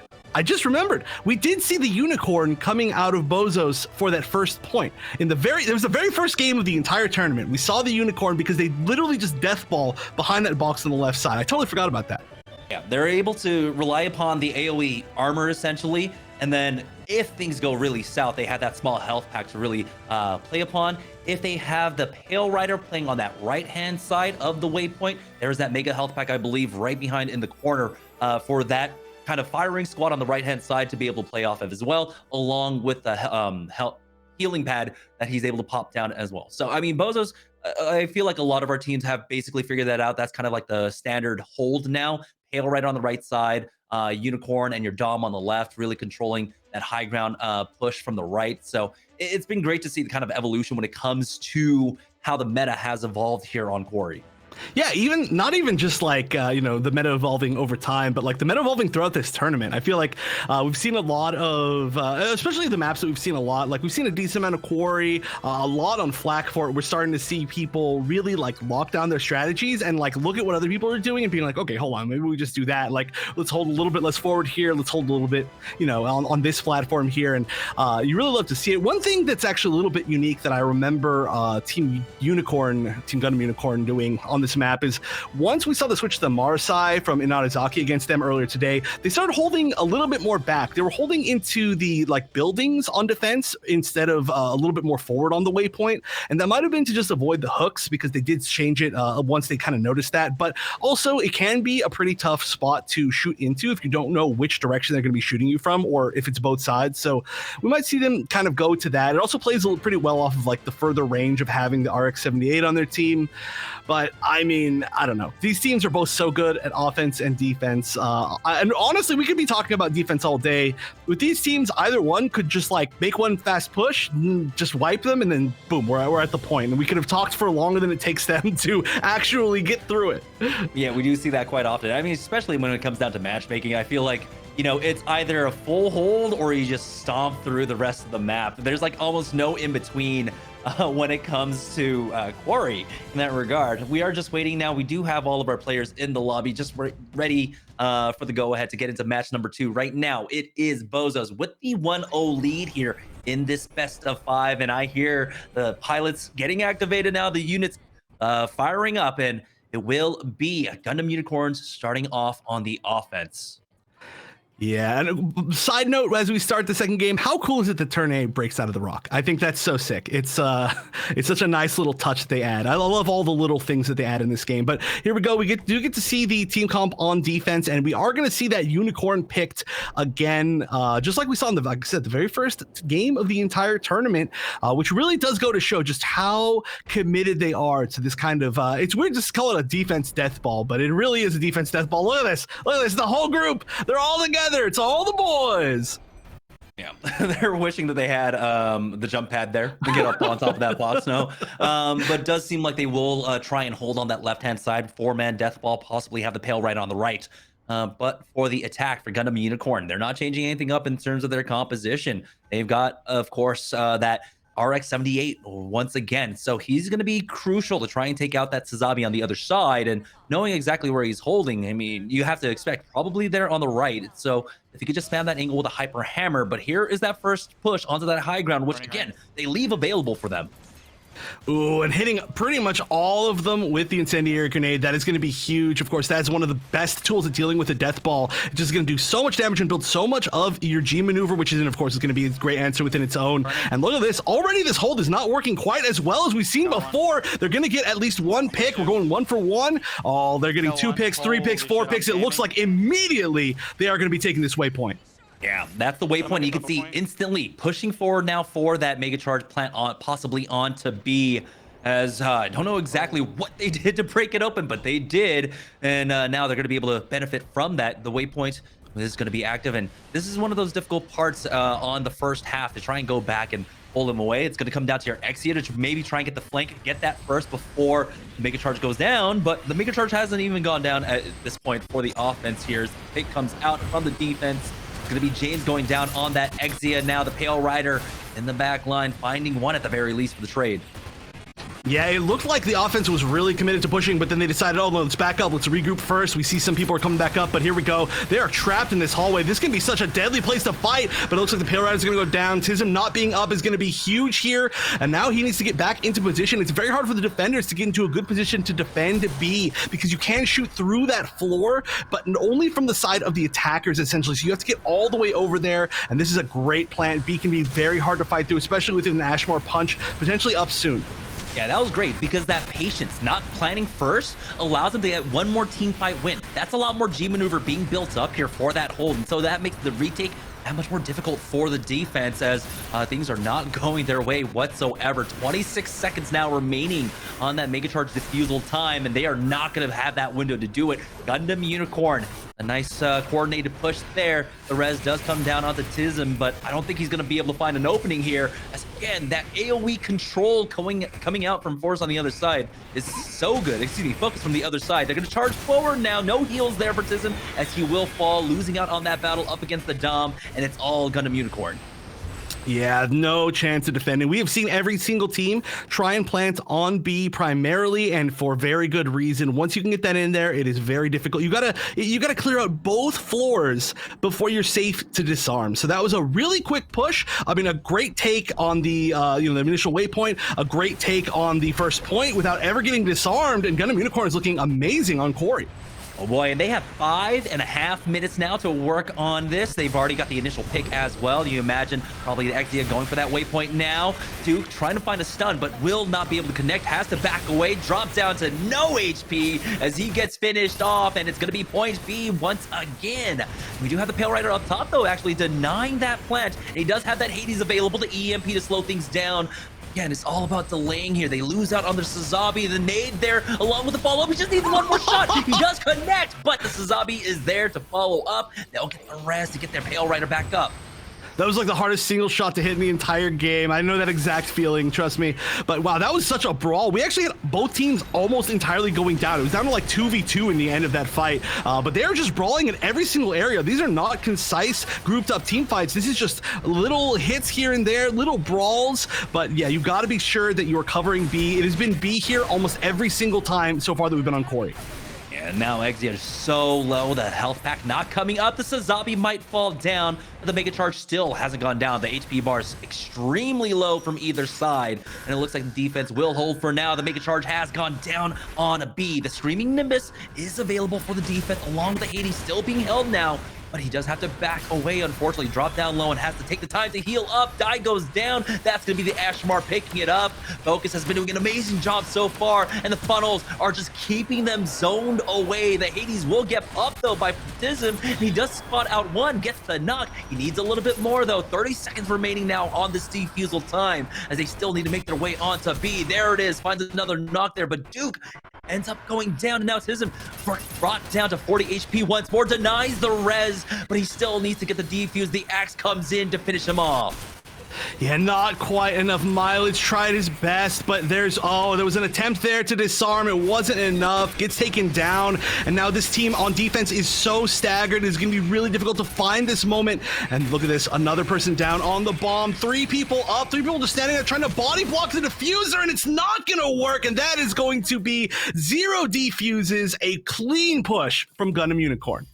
Wow, what a shift in momentum. What we had after Mountain R&D, it's now Gundam Unicorn with a very strong offense there. Really making the defense of BOZOS on that first waypoint look like nothing. And typically we've seen so many teams kind of struggling there, but there was no almost resistance coming out from the other side. Gundam Unicorn really ran over that offense, and they have 3 minutes and 26 remaining on their secondary attack. Yeah, I mean, you really can't get that much better than that on this map. This map is a really long run. They took a little bit of time to plant both on the first site and the second site, but once they planted, it was just 100% going all the way through. That was just so incredibly played. I think it's actually going to be really hard for BOZOS to match up to this. And now I'm really curious, though, how is Gundam Unicorn going to play defense here? Because BOZOS, of course, playing that big death ball behind the box, they got wiped really quickly. And it might have just been the way that the team fight was engaged or something, but I don't think we're going to see quite as many people maybe sitting behind this box. Like I said, they were pretty good at defending from indoors, which is a really interesting choice, but we will see. Yeah, I believe that, on the side of Unicorns, they do play a bit more spread out. They're not as death poly. They should have their Pale Rider on the right-hand side, so not a full 6-man stack on top of that Unicorn. We'll see, though. It has been coming down to a lot of these Ashmar players with their nades. How much value can they get off? Can they get that opening with that free napalm at AoE damage? The Gundam Unicorn is still being picked up by BOZOS for this push, though. We'll see. They're going to go straight up the gut and a cheeky hyper hammer along with that molly to get some damage off. You get the scouting out from that Sazabi as well. Now it's going to be the high ground push. Neither side really contesting this one, and it's going to be the Pale Rider contesting it for Team BOZOS. Yeah, again, they're a lot more split up. You can see here on defense for the side of Gundam Unicorn. Okay, now they're starting to group back up. Yeah, as soon as they see the push, they're retreating back inside. It looks like the Exia is going to be pulled down immediately. It is so hard to push forward when there are people shooting you from both doors. Yeah, at this point, I mean, it seems like, you know, bending but not breaking is the name of the game here on the defense, as Spoo is still alive, is not going to be able to get the res, actually gets away and dashes away from his Ashmar there, will end up getting cleaned up himself, and that's going to be the first offensive hold coming out from Gundam Unicorn. And so it's looking like the opportunity to try and beat the time of Gundam Unicorn is already getting away from them. BOZOS, though, have been able to force them back at the very least, and that's going to be the waypoint possibly getting picked up by them. Yeah, look at this. 4 people defending from the B side hallway. Interesting. Did they just give up the waypoint? That was a very... It seemed like most of them were up and potentially kind of in position. I'm surprised that they just backed up from that, decided not to fight it. But they do, of course, you know, there's only about 3 minutes, 45 seconds left. Oh. And wow, there's a big push on A here. What happened to Sazabi? His HP bar just completely melted. Remember, he has like 2,800 HP with his shield and his original HP bar. He didn't even get fully healed up. He goes for that charge in, but they find the knock onto James. It's still the trades going in the favor of the opposite side. The defense is holding for now, as Exia Duke does find one in the back line. James gets brought back up, but he's re-knocked throughout all of this. Tism has not been res though, and so that's going to be the stop for the push as Dai goes down, and now BOZOS have to reset for this push, along with the defense for Gundam Unicorn. You can see the split coming out. You can see, you were talking about it, how it becomes such a different dynamic when you have to defend these 2 points that are so far away from each other. Yeah, I'm surprised that they were so quickly able to get over to A once they saw that the full push was on A. And I'm also surprised that we saw the full push being on A. We've only seen A attempted a few times, and not a single time has it worked. It's been B every single time, but already, I mean, this is just such a delay. They are far apart from each other, but it's also quite a long run for offense. So every single time that you get wiped, you're losing, I mean, at least a minute here. Oh, trying to melt that Exia. Great tracking, but the Exia just zips away. Yeah, BOZOS finding the first knock there. Duke has gone down as well. Gundam Ultimate does go down for the defense here, trying to delay that, but the Mega Charge has been planted on A. It was all a distraction, but does it matter if your entire team gets wiped on a B, and that allows Gundam Unicorn to come in for the free defuse? Yeah, before anybody could even get there. Even Exia, honestly, from this range, it can be very good at defending A. So if this Exia had gone back in, it could have really actually stop that, because you have to deal with it with 0 drop off on the daggers. You're sitting target disarming on A. You have to get all the way back to the other side of this hallway. And look at this, we're seeing a little bit of a sneaky strategy here. We might see another attempt to push B and then sneak the plant on A. It worked before to at least get the plant down. It wasn't successful, but Sazabi's just sitting there. Oh, that is not the challenge you want. Sazabi, why are you there? He does have that mini health pack to actually get himself topped off. It's a 1-for-1 exchange. Spoo has gone down, but that's the heals. That's the Dom down as well. Both supports are gone. There might not be an opening here. They do have one backed up into a corner, but no, he's not able to finish him off. 1 HP. Now he gets chased down by the enemy. Exia and Duke will fall. He has not been able to find an opening on this offense whatsoever. Now, time is running out for BOZOS. They still need the first half of this map. There's only a minute and 15 seconds remaining. I cannot believe how dominant Gundam Unicorn is looking on this map. This is so surprising to me. They're playing it so well. We see that a lot of them have pushed back onto A. You can already hear the comms. It's just, again, it's so calm. I love their comms, but we just have to see if it's going to be, again, a really full commit to A. We see that they're going to kind of sit in the middle and say, okay, let's make sure that nobody, you know, sneaks around behind, plants on B, because that can be so hard to defend from, but it does look like a pretty heavy commitment here on A. Oh, the Trans Am gets shut down on the Gundam Unicorn side. The only trade is for that Unicorn. Spoo falling. As that point, a plant is committed to, and they will get it down. The Mega Charge is down, and now it looks like they have found the answer. Going for that point, a push. A lot of the G maneuvers expelled from the defense. This might actually be the opening now for the second half of the map. Yeah, this can be so difficult to defend against. Like I said, there's just this wide open space that you are just totally vulnerable to, but the Sazabi pushing up on the Pale Rider, that's a great suit-to-suit counter. Of course, Pale Rider doesn't have any great answers for dealing with that shield without just dying to the shotgun immediately. This bomb is progressing so far. There's really only like one more push here, but if this push works, this will be a very clear win from defense. Enders ends up winning out that duel up against Tism now, and they're going for that defuse. It looks like Gundam Unicorn are actually able to come back, get the Mega Charge diffuse on point A, and shut down BOZOS here on Quarry, tying things up 1-1. Wow, that was, again, so dominant. From literally an almost flawless push to a flawless defense. That was just absolutely incredible, and it shows that, again, Gundam Unicorn, despite the fact that they did, the comeback happened in the very first game of the set, they're not going to be out of it at all. They're not tilted. They're even stronger than they were, and that means that's actually the first game loss that BOZOS have had in this entire tournament. It might have even been within this tournament and the EGL tournament. Might have been their first game loss, and it was dominant. It was as one-sided as you can get, so that is great to see, because I want to see a really close finals. And you know what that means? We're going to see Ministry of Defense at least once in this tournament. Even if it's a 3-1 now, we guarantee Ministry of Defense. We guarantee that every map in the map pool has been played. Now we get to see, I mean, we saw there why Gundam Unicorns decided for their first map pick of this series. They wanted to go to Quarry. They showed off an amazing defense, an amazing offense, but it's going to be Harbor now. Not a destruction map, but very similar in the way it plays out. We will hopefully be seeing the snipers, and I believe it was also here on Harbor where we're seeing a lot more of the turn A Gundam play coming out. Yeah, we saw some really strong turn A. I think actually Casino from Powerpuff was switching over to the turn A. Of course, another really great sniper-ish option, and then the ult being, or the G maneuver being, one of the best options that you can possibly have to clear out the choke point on B, to clear out a lot of the hold that people like to have on even A point. So it's just a really strong suit. There's a lot of really close choke points as well, where a lot of melees will do a lot of work. We tend to see a lot of Zaku 2 melee there, and you can just yeet them. Also, if you can yeet somebody into the ocean, it's the best feeling of all time. Or the hole in the middle. That's like 1,000 points. There are a lot of yeet options. We've got the Streaming Nimbus that'll come out, the Ashmar Punch, along with the Exia knockback.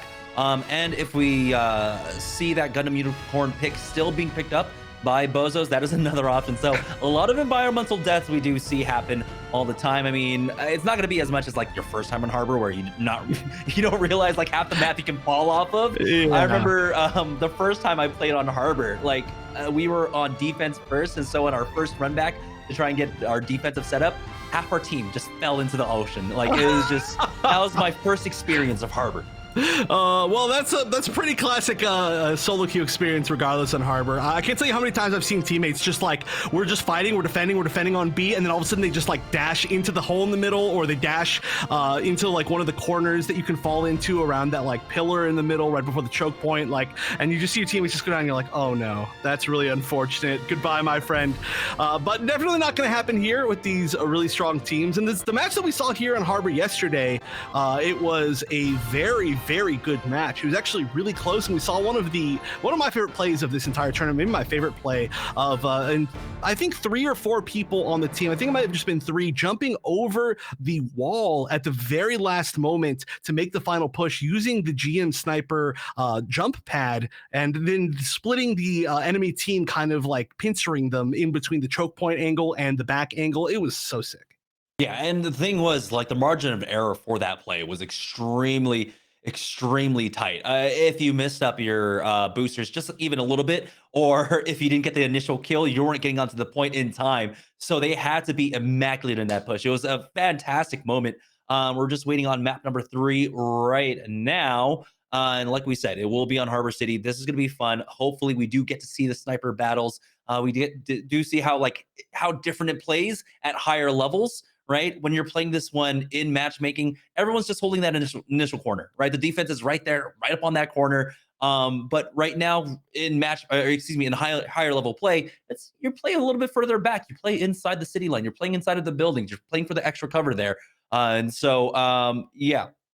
It's great to see the teams kind of adjusting for that regard. But at this moment, it does seem like we're going to actually Wait, hold on. I'm trying to figure out, are we taking a break or not? I think we're gonna take the break after this map, just because we want to make sure that the players get their their time to use the restroom and recharge. But hopefully we get to see Harbor pretty soon. Like you were saying, everybody's holding back, and I think it's a little of a PSA to anybody here who is grinding through the ranked ladder currently. Whether you're, I mean, I've seen it all the way from basically iron, bronze to all the way up through platinum. I still see people in platinum that hold way too far forward. Please look at these matches and see how reserved the first defensive holds are from all these teams. Please don't hold at the door. I know you want to be Barbados and get a one shot as they run out of their base, but you're going to die. You're not going to get back in time, and then we're going to have to 65 them. Please stop doing that. Just go back, play safe. Sorry, right now I'm still trying to figure out if we're going to break it or not. It doesn't seem like it. While we are on this, while we're waiting for the next map, make sure that, of course, you visit our page on Match Arena. You can still contribute to the prize pool. All you really have to do, you don't have to contribute your own money. You can have other people contribute money by competing quests on the Match Arena page, and it's simple as following accounts on Twitter or subscribing on YouTube or visiting a page. It's that simple, and every little bit counts. We're over $500 for the overall prize pool that will be split up amongst our top teams. So we are getting into map 3. It'll be just another moment. We do have all of our players up as well. So it'll be just a moment here, and I believe, let me double check. It is going to be Gundam Unicorn is actually starting on the defense first for Harbor City. All right, yeah, like you were mentioning, we did see the snipers. I thought we were going to see a lot more Gym Sniper throughout the entirety of the tournament in general. It is, of course, a strong suit. It's just not fitting into maybe the current meta that we're seeing with just these particular sets of suits that we're seeing. But we did see finally switches from both teams to Gym Sniper on this level. So I do expect that there's a good chance we're going to see it again. We might not. There again, it's not the easiest suit to use. You have to, have experience with it. I'm sure a lot of these people that are really good at, just clicking heads, basically, like, for example, I would love to see a Tism sniper. That would be an amazing show. But any, the Pale Rider players, we've seen the Pale Riders players switch to Gym Sniper a lot. Sometimes we tend to see people like, I mean, hey, if you've got an RX-78 player, then that's pretty similar-ish, right? Long-range rifle shots that you got to land just from a lot further on. But if you don't know how to play the suit very effectively, of course, it can get overrun, especially with this meta of so many strong Exias that can just kind of jump you in the back line if they can get through. If you miss a few shots, then you're just completely a waste. So I would understand, too, if teams decided not to go for it. A lot of them do have some pretty good long-range options as well. But if they do go for it, I'm excited to see which players will be switching off of their usual roles. Yeah. And speaking of that, I mean, we did see that, right? In our only map on Harbor City, Powerpuff Girls versus Inarizaki, it was the Dom player for Powerpuff Girls that ended up swapping on over for that turn a Gundam. And so some rule swaps there. But overall, I think, yeah, if you're the Pale, you're probably going to want to be playing on that Gym Sniper as well. But here we go, heading into our third map of our grand finals. We do have a Pale and the Sniper actually coming in for the offense. And again, because of the run back distance, you can just kind of start off on the Sniper. You don't have to commit to it all the way around. So we'll see if this is something that they actually want to full commit to. Yeah, and it's going to be Die on the Sniper. That is normally their Dom player, so they're not going to have that extra armor for pushing up. But there are a lot of wide open spaces in this first point, so also I could see Dom having a little bit of a tough time actually hitting people. And we're going to see, of course, the Gym Sniper on the other side as well. And I did not actually get a chance to see who it was going to be. That's going to be Baranox. So yeah, the Gundam. That made a lot of sense, right? The single shots. I said it was a possibility. I'd love to see it. Let's see if they can land it. All right, that's just early scouting coming out from our Sazabi players here. You can see this is the defensive hold we're talking about, not holding the immediate corner. Oh, the axe comes in. Ashmore goes down first. Focus goes down, but the trade for the tank. I don't know if it's going to be enough for them as Tism will fall. And what a hold from Gundam Unicorn. Yeah, wow. That was looking like they were crumbling, and then suddenly just 3 people in a row all got down, and you can actually hear that. Oh, look here. There's one of the big advantages of playing Ashamar on this map. Even on defense, your run back is infinitely faster than it would have been otherwise. But yeah, that was a great hold. That was a little bit scary, but they did manage to come back from it. And look at this. By the time this next push is happening, Ashamar is already back. And so the reset comes out. BOZOS, they have been slowed down. We'll see if Gundam Unicorn can hold him once again on that first point. Here comes the snipe on in. The Method tries to get something with his right click, but instead he will fall. Baronox, though, on the sniper battle, actually loses out to Duke, but the fallback. This is such a great bend coming out. They just retreat away from the threat, but Dai ends up getting the res onto their Method. Spoo finds a knock onto Profi, and now the defense is crumbling. Yeah, I mean, they managed to get a lot of picks. So this is going to be a weird little skirmish here. It's going to be like 1 versus 3, 2 versus 3 here, but, you know, not even going to take the attempt. Doesn't want to get staggered. And that's something that we've seen a lot actually in Harbor City. As soon as you start to potentially lose A, these teams will back all the way up and start holding this choke point, because if you fight for A, you get wiped. Your run back to this choke point is longer than theirs, so they can actually just push through and immediately force their way onto point B. So I like the fact that everybody's just backing up. They're playing safe. They're saying, okay, let's take advantage of what is potentially the strongest position on this map. Sniper's gone now. We've got the Gundam back in play for the defense on Gundam Unicorn. So now point B with 6 minutes remaining to try and make this push. Nice little Molotov, get some extra damage. He is close to that punch. Playing off this choke, that Ashamar punch is extremely brutal. But we also have the Screaming Nimbus coming in. Now, because of the late swap off for the offense, they're not going to have that Screaming Nimbus for some time. Yeah, it's true. And I mean, the swaps that we see from the snipers, like, it makes a big difference too. Like over top. Especially if if it's like a Pale Rider, if it's a Dom, if it's the oh, okay, hold on a minute. That's actually a lot of people coming over the top. That was actually called out that there was going to be a huge push over the top, and it was correct. That is going to be a punch that could catch a lot of people all in a row since they're also grouped up, but there's going to be so many picks on the side of BOZOS. This is going to be very tough to deal with. Ashamar, the only one up now. He does have that mini health pack on the high ground to play with, but you got a few units now starting to get onto the point. One on the flank, that's going to be Profi on that tank, but he should get finished off. The Ashamar punch catches a few, but the Trans Am is there for Duke for that cleanup, and I believe this is the full 6-man up. Screaming Nimbus coming out from the defensive side. They don't get much there. Never mind, Enders ends up picking up 2, and that Screaming Nimbus becomes the difference maker so far. 3 ticks have been picked up by the offense. Dai has gone down, but it looks like Tism might just be enough on the point with his Ashamar. And Gundam Unicorn, their first defense looked great, but then BOZOS, once they caught their footing, ran over them. Yeah. I mean, they were holding, and then even at the B choke, they were just, they were waiting. They were doing quite well, and then we heard Focus call it out. We heard him call it out on comms. They're probably going to do a huge jump over the wall. They're probably going to do a huge push high, I think is what he said.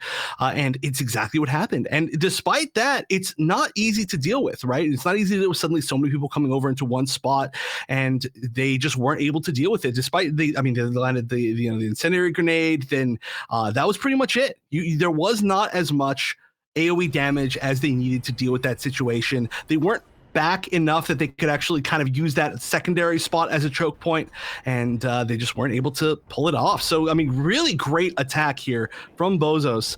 Now, we'll see if there can be a repeat. Again, this is a very weird, strange, polarizing map. We can see people win really fast on offense here, or we can see them just never take anything. It all really depends on like how good the picks are and how they can take advantage of it with their mobility, because it's just a weird, long map.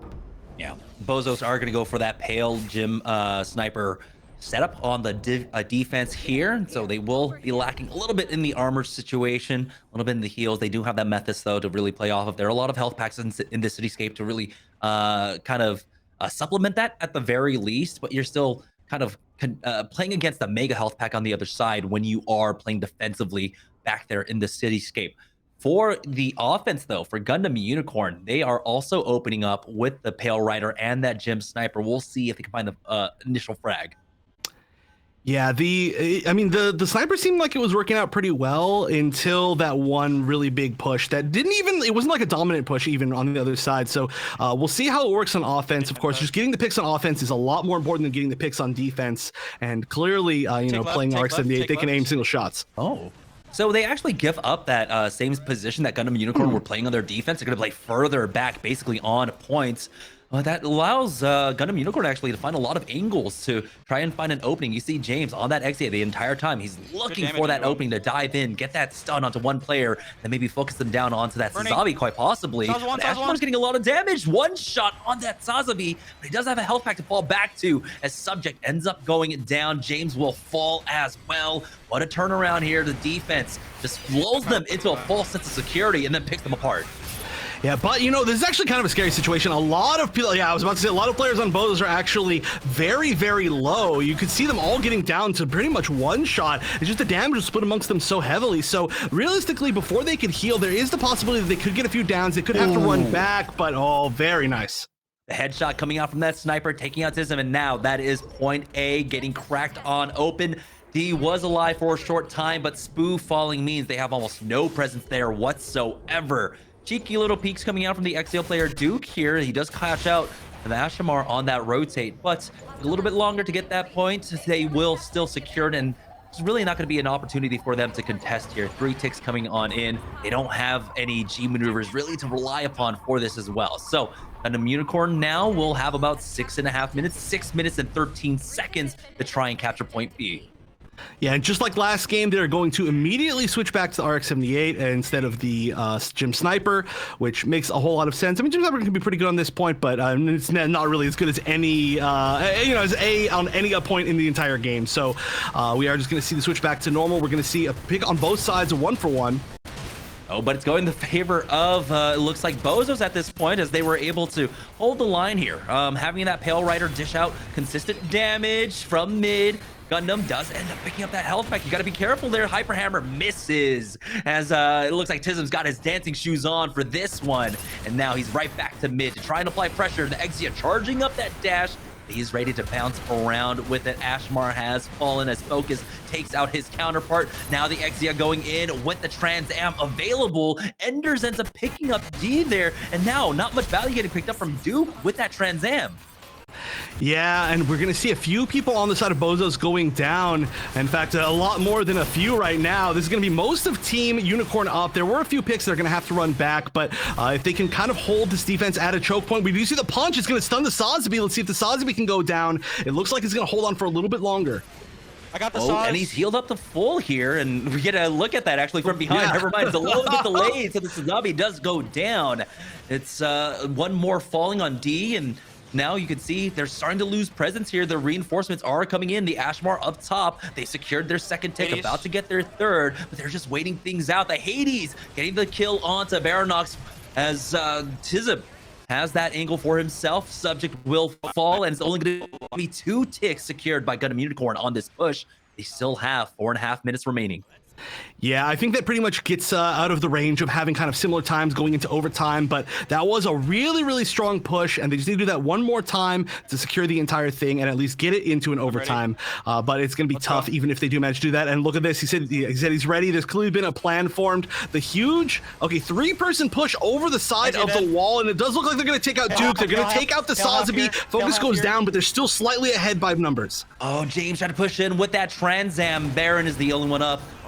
For that gun side now. You can see isolated the Screaming Nimbus used just to try to get onto the point, and I don't want to see you hold on to that one. Instead, mad scramble fight on the left-hand side as the Pale Rider does end up going down for the defense here. But you can see Duke still in the back line. Now the Trans Am is activated, is able to dash right back into the fight, get the stun to 1, has to deal with the Sazabi. Really low on that armor, but it's really low on the HP for him. He's got the repair cable along with that armor gun. The Gundam ultimate out, clearing up the side. 1 person on the point, might be able to secure that tick. No, they end up finishing him off and sending him back. Spoo ends up falling on the BOZOS side, but it's okay. They can play here off the low ground with that health pack, with that Methus heal, and they send the offense packing. Oh, I cannot believe that Exia play was so fun. I cannot believe that they did not go down earlier, and they were so close to getting a health pack, but just not quite. Great hold, though, I gotta say, on the side of BOZOS, and now they're trying to get this positioning, but we're not seeing the offense stop at all. Yeah, that's a really scary spot just to be standing on that outside right there. You have the chance of being knocked off by a lot of different G maneuvers, but Tism, as usual, is just doing so much damage, just stopping anybody who's not focusing on him. Yeah, you can see once again, I believe that was D pushing in from the right-hand side, but the Ashmars goes in. it looks like either we're just back to the neutral now. Once again, playing off this choke. You got the Methus turret in the back line just to cover in case of a flank comes out. And now they're going to charge forward. G maneuvers have been utilized. That's going to be the funnel. This zombie instantly taken down mid-air. Screaming Nimbus just to be safe, but Dean will fall for his efforts. They still win this team fight now, and they are starting to press the issue. Only 2 minutes remaining for the offense to get 2 more ticks. And on top of that, there are so many G maneuvers available for BOZOS on the side of defense. Most specifically, and most importantly, the Hades available for Tism. That itself is probably still, I would say, the strongest G maneuver that we see. And there we go. It's popped immediately. It is going to try and completely shut this down. We're going to see 2 players already down on the offensive side. We're going to see the aggression out of Tism. Going to take down 3, 4, 5 players and the full team kill. Wow, the Ashmar on the other side try to actually answer back, and down 2, I believe, with the punch, but that's G maneuver for G maneuver. Now either side might actually be empty on the tank, but with 1 minute and 30 seconds left, there's feasibly really only 1 push remaining here for Gundam Unicorn on the other side. Remember, BOZOS still have, what, 4 minutes and 40 seconds remaining on their timer. They back off, and they're going to try and bleed out their time, delaying for as long as possible. Yeah, they are, regardless of what happens here, even if the last 2 ticks happen, it's going to be so good for them. But here we go. We're going to see a big flank all the way over from the Ashmar. There are 3 people standing there. It's going to be very easy to get focused by that. The Exia is low, but we're going to see the Trans Am popped, and that is going to be, again, so many players actually falling down for both sides, but this Trans Am is putting in a lot of work. Can it take down the Sazabi? It will, and that might be all that she wrote. I'm not sure if they can recover from this on offense. Wait, no, they've got plenty of people actually on the site. I missaw that. Enders has gone down, though. They do find Duke, but it looks like Tism is up now. Only 33 seconds remaining. And it looks like it's going to be one last mad dash. No G maneuvers available on the side of the defense. They are close, I believe, 80% towards 1. We'll find out what it is in just a moment. Now swapping over to the offensive view. Gundam Unicorn were able to tie this up in round number 2, but it looks like BOZOS are on the verge of being able to take this one to map number 4 with the advantage. And now as they charge up, they've got the Ashmar punch. It's a 1-for-1 exchange. They need to get a body onto the point fairly shortly. 9 seconds remaining here as they're trying to push in for the right-hand side. The punch does not get much at all. He does end up taking out Enders. Or excuse me, 1 goes down on the side of the defense here, and they will be able to at least secure that finish with a little bit of time remaining. They will get, what, an additional minute 30 there, but look at the large discrepancy between the sides in terms of time. Remaining time 0. That is tough. That is tough. Yeah, minute 30 versus 6 minutes and 10 seconds. That was a great push, though. That was extremely clutch. I mean, the chances of being able to make that effectively work were extremely low. They did not have very many resources. The punch actually didn't land, but they still just played that so well. And so we are going to see the overtime. It looks like we are going to be starting with Gundam Unicorn on, I believe, offense. Yeah, they're going to be started off on the offense, and then it was a different kind of defense coming out from BOZOS, right? We saw 2 different styles. Holding closer to the corner was Gundam Unicorn on their defense. For BOZOS, they played way far back, basically on the point there. And it just came down to individual skirmishes, winning out the day for Gundam Unicorn to be able to take that point. But if they do, they haven't answered this time around for the defensive hold that, BOZOS had on point B. Yeah, I honestly, I'm just trying to think of what the best situation that they could possibly get is. I don't know how they're going to push so far forward so quickly on A. I mean, I'm so stuck on this thought that they just don't have very much time. I'm actually kind of surprised they're not going to go, wait, are we actually not going to see a sniper on, we're not going to see a sniper on the side of BOZOS. We're actually going to stick with the Dom. I bet that means they're going to be holding really far back and not even challenging this angle. Yeah, they're just going to rely upon the raw damage coming out from Tism here. Again, since we are starting in the secondary rounds, everyone starts off 50% towards their G maneuver. We know how good that Duke is able to find these angles, sneak in some of those beam sabers, but he is having a little difficulty there. The swing around, taking the left-hand push, and they are answering for it. Tism has been spotted out, though, and he's got to be careful as he's trying to regroup with his squad. The death ball is moving in onto the point fairly shortly, but here's the dive out from Duke. He knocks one back, gets the kill on the other side, and it looks like the first hold is going to come out, and now it's going to come down to one final push for Gundam Unicorn. Yeah, and the big thing here is they need to back up. They need to not get staggered because they don't have time to get staggered. Although it looks like, okay, actually, their shield on BOZOS' side goes down, so that's actually going to be potentially really huge. But speaking of stagger, that sniper is going to almost not be in the game at all. The Trans Am immediately wasted. That's actually huge for Gundam Unicorn. Ism has picked off a few of those kills, though, and we get to see a rewind on that. Baranox going down on that sniper. Ashmar trying to get into the back line now, as they do have a good number of their team up. You can see as the Screaming Nimbus or the punch was actually used in that regard, and they end up taking out Spoo for the trade, but it looks like everything's going in the favor right now of Team BOZOS, and now there's only 10 seconds remaining, and they need to get a body on the point. Yeah, there is some G maneuvers up. There are 3 G maneuvers up potentially, but if there's nobody on point, all the G maneuvers in the world don't matter. They are going to have one person on point, just melting completely quickly. Nobody in time to get there. So close with the Ashmar. Almost tried to use the punch to try to get there in time, but unfortunately, that is just not going to be quite it. So now, I mean, it was a great attempt. They almost made the push. They got a lot of trades, but now it is going to be one of the most difficult uphill battles for them to get into a tie here against Gundam Unicorn with a full 6 minutes and 10 seconds of time to simply partially take the first point, I believe. I don't think they actually got a single tick on it, so that is going to be really difficult. And again, as a reminder for anybody watching this is the grand finals. It's 3 out of 5, so even if we do see the win here from BOZOS, this is not over yet since we're at 1-1. And for BOZOS, I mean, 4 minutes, or I forget exactly how much, but they have like 6 something, right? 610 total, yeah. 610 total. Just secure 1 tick on point A. You can see that golden bar right there. That's all they need to push forward to. And again, they're not starting off with a gym sniper. They're not falling into that one. They're going to allow, if Gundam Unicorn want to play that, well, all you have to do is just not play around the sight lines. For Gundam Unicorn, they did hold a little bit further up than what we saw BOZOS on their defensive end. They're playing on the close corner, giving up that left push. We'll see if they want to try and hold close again, or if they're going to run something similar. Mahiru hover. Nope, never mind. We're going back to the Memphis.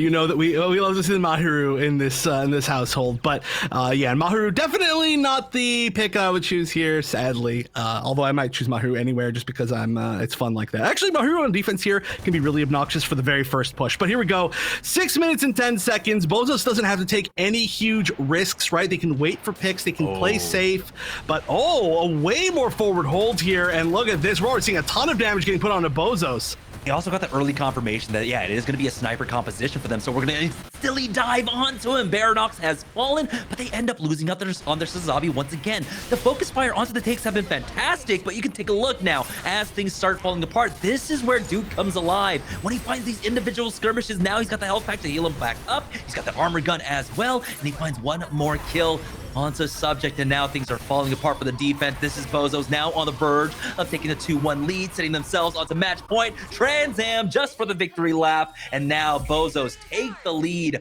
2-1 as we head to Ministry of Defense. I didn't even get a chance to say anything that game. That's how fast that was. They could have traded times and BOZOS would have still won. That's how fast they took that point. That was exactly what Gundam Unicorn needed to do, and it was what BOZOS did, and a spectacular statement. But I mean, this really just goes to show the strength of both of these teams at different things, right? We saw in the first game, it was domination. It was 1-2, so it was close in its own way, but then we saw a dominant game on Quarry from Team Gundam Unicorn, and now we see a dominant game on Harbor City. Oh, maybe not as dominant as the Quarry game, but dominant in overtime and on time overall from BOZOS. And I just love seeing that, right? It's clearly all these teams have a lot more to practice on all of these different maps, a little lot more strategies, but they are doing just amazing in showing off what each team can do. Now 2-1, BOZOS take the lead. They are on match points in this best of 5. Ministry of Defense, yes, is our 4th map. We're going to go ahead and take a short break here, though, for the Breakout Series Halloween Havoc. When we get back, will we have the absolute conclusion on map number 4? Or can Gundam Unicorn hold on to send us to a map number 5? Well, we'll have to find out right after this break.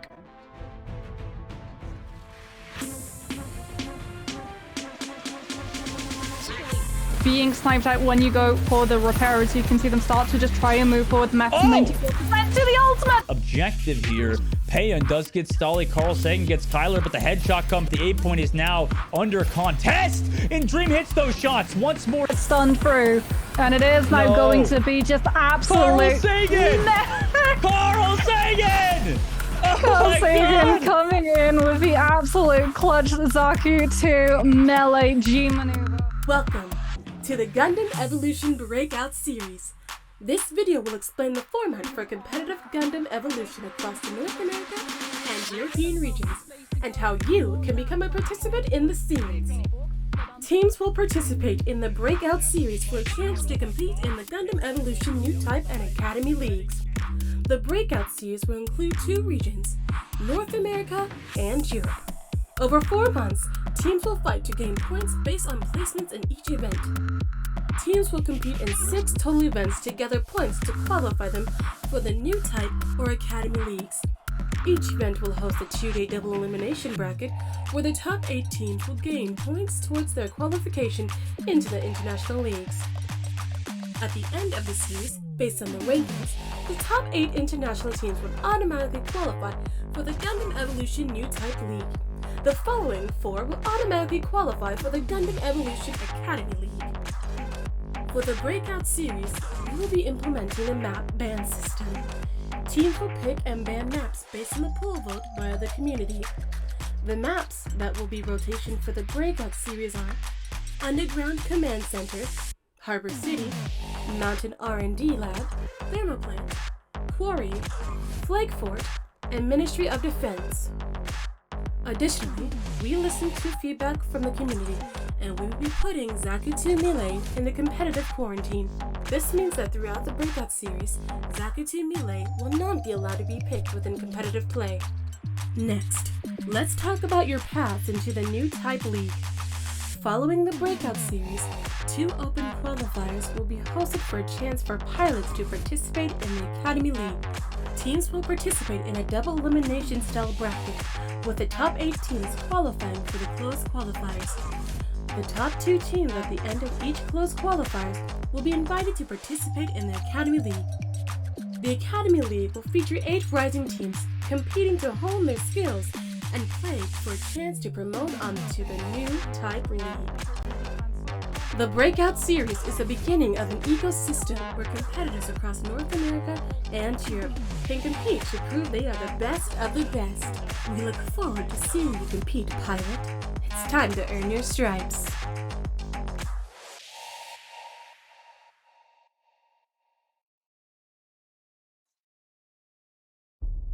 Hey, welcome back to the Breakout Series Halloween Havoc. I'm Jamerson, joined once again by Wonder Chef just before the break on Harbor City. It was BOZOS taking the lead once again, 2-1, setting themselves to match points in our best of 5. Now, here for map number 4, we are moving on to Ministry of Defense, and I'm trying to get confirmation. It's going to be BOZOS starting off on the defense here for Ministry. So now that we're in grand finals of the entire tournament for the very first time, we can talk about Ministry of Defense, and what a strange map it is that could potentially be the deciding map for the entire tournament, as we now have a 2-1 lead, of course, for BOZOS. So they just need to win this map and they're going to win. Otherwise, we're going to go to a game 5, which will be on it was on Thermal Plant, I think. Yeah, Thermal Plant. So yeah. I mean, there's a chance that, and someone was asking in Lunar, in chat, hey, can we see Lunar Calm? Well, if we end up getting a draw here in Ministry of Defense, and who is it? If Gundam Unicorn end up winning out on Thermal Plant, yes, we would get a draw, and then we would move on to Lunar Calm Station. But it has to be a draw here. Otherwise, there will be a deciding map number 5, or at least map number 4. So this is going to be exciting. Again, we haven't seen Ministry of Defense, but I don't think really anything changes on this map in terms of compositions and how you want to play things out.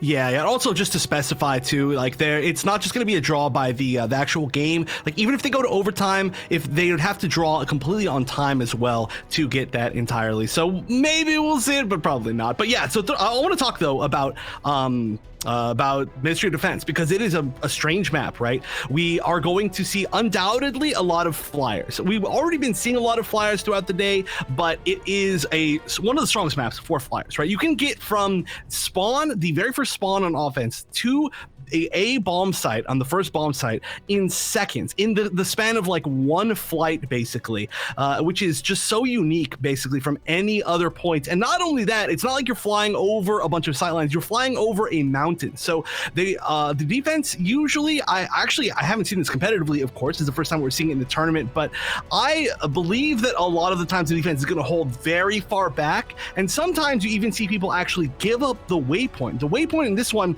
is not a middle ground between the first point and the spawn.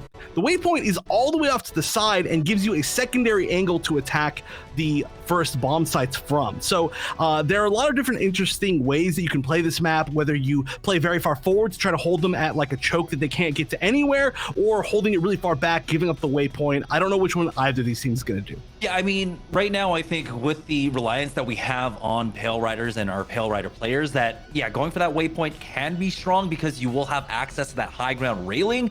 But that's if you're going to want to go ahead and plant for that D site. I think it might behoove a lot of our players to actually go for that left lane and take that high ground there first. We'll see, though, how the defense wants to hold it. We have not seen this one competitively yet so far, so I don't know exactly how this one plays out. But yeah, you're absolutely right. The waypoint, a lot of teams, even on the offense, can just absolutely forego it and try to go for that rush. Having those 3 lanes initially, there's so many options that the defense have to kind of consider, that it becomes so difficult to really try and hold down all 3. What, are you going to send 2-man squad to each lane, heading up to the middle of the map, or do you just want to continue to play this death ball style?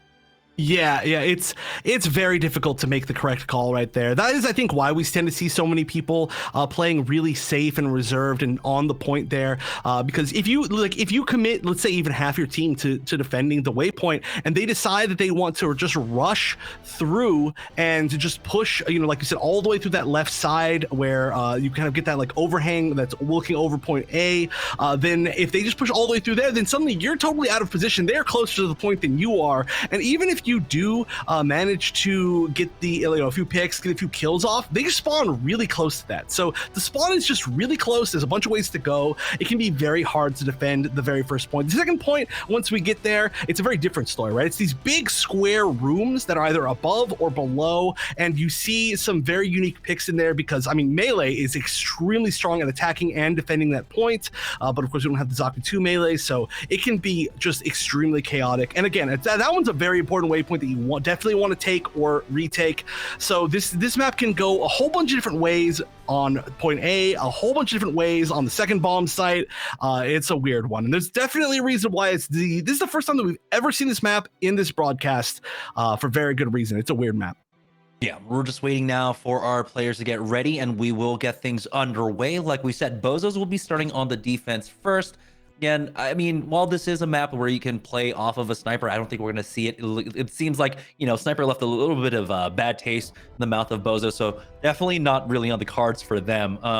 There are a lot of high grounds to play around, but I think because of the availability of trying to plant on point B and snipers not having the best of sightlines there, you're going to be, of course, I think more, it would be more beneficial to just play the regular dive that we've been seeing today. What I'm wondering, though, on the Gundam Unicorn side is if they're going to opt for that RX-78. They've been playing it all day today. It has been used to great effect. It has been a great answer to try and deal with the Sazabi on the side of Team BOZOS.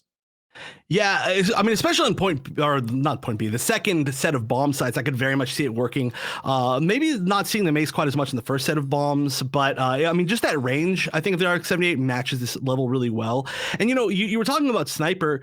There is a strategy that, I mean, I've seen a few teams use well on this map where if you get the waypoint and you can push forward and plant on on A, the bomb site that's actually above ground. I've seen a lot of teams actually go back to the waypoint, switch to Gym Sniper just to defend once they've confirmed that they've planted, because you can walk right out from this waypoint and just look directly at A, and it is very, very difficult for people to deal with you from that range. And then as soon as they actually manage to make it explode, or if they need to replant, they just walk back and shift around again. Of course, you do lose a lot of G meter for that, potentially a lot of your potential G maneuver, but I've seen it work really well if they can manage to go for that waypoint side. And some teams I've seen win without even taking that first waypoint. So it's a million strategies. I think right now, though, because of how prevalent Ashmar is in these compositions and what our teams are playing, if you do get the point A, make a charge plants, honestly, all you need to rely upon is the Molotov. It just does so much damage, and then you can just focus fire down. If you try to go for that defuse, you need to get the Sazabi on top, and also body block with like 2 other units to possibly get that mega charge defusal there. But now, as we take a look at the compositions, it will be the RX-78 coming in for that Flex 6 pick for this squad.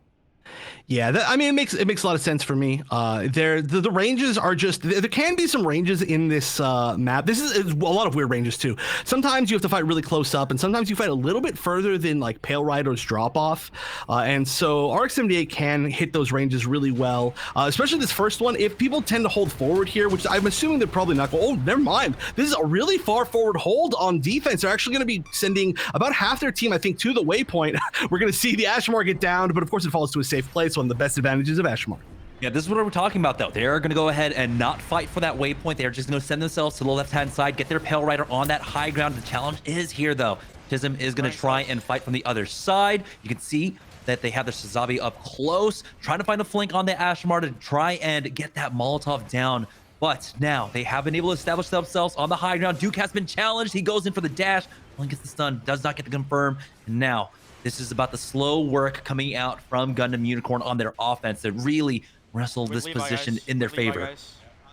Yeah, they're all starting to regroup here. It looks like the Sazabis made their way up, and now they can make an effective push here. There's a lot of people to the side over by the actual spawn for the side of BOZOS, and it looks like they might be getting picked off, but they're doing a great job of actually retreating before they overcommit. Not so much right there. It looks like we're going to see at least one down, at least Die is going to go down. The Exia is going to barely escape on the side of Duke, but this is just a lot of picks on both sides, and the run back is so fast on both on this map.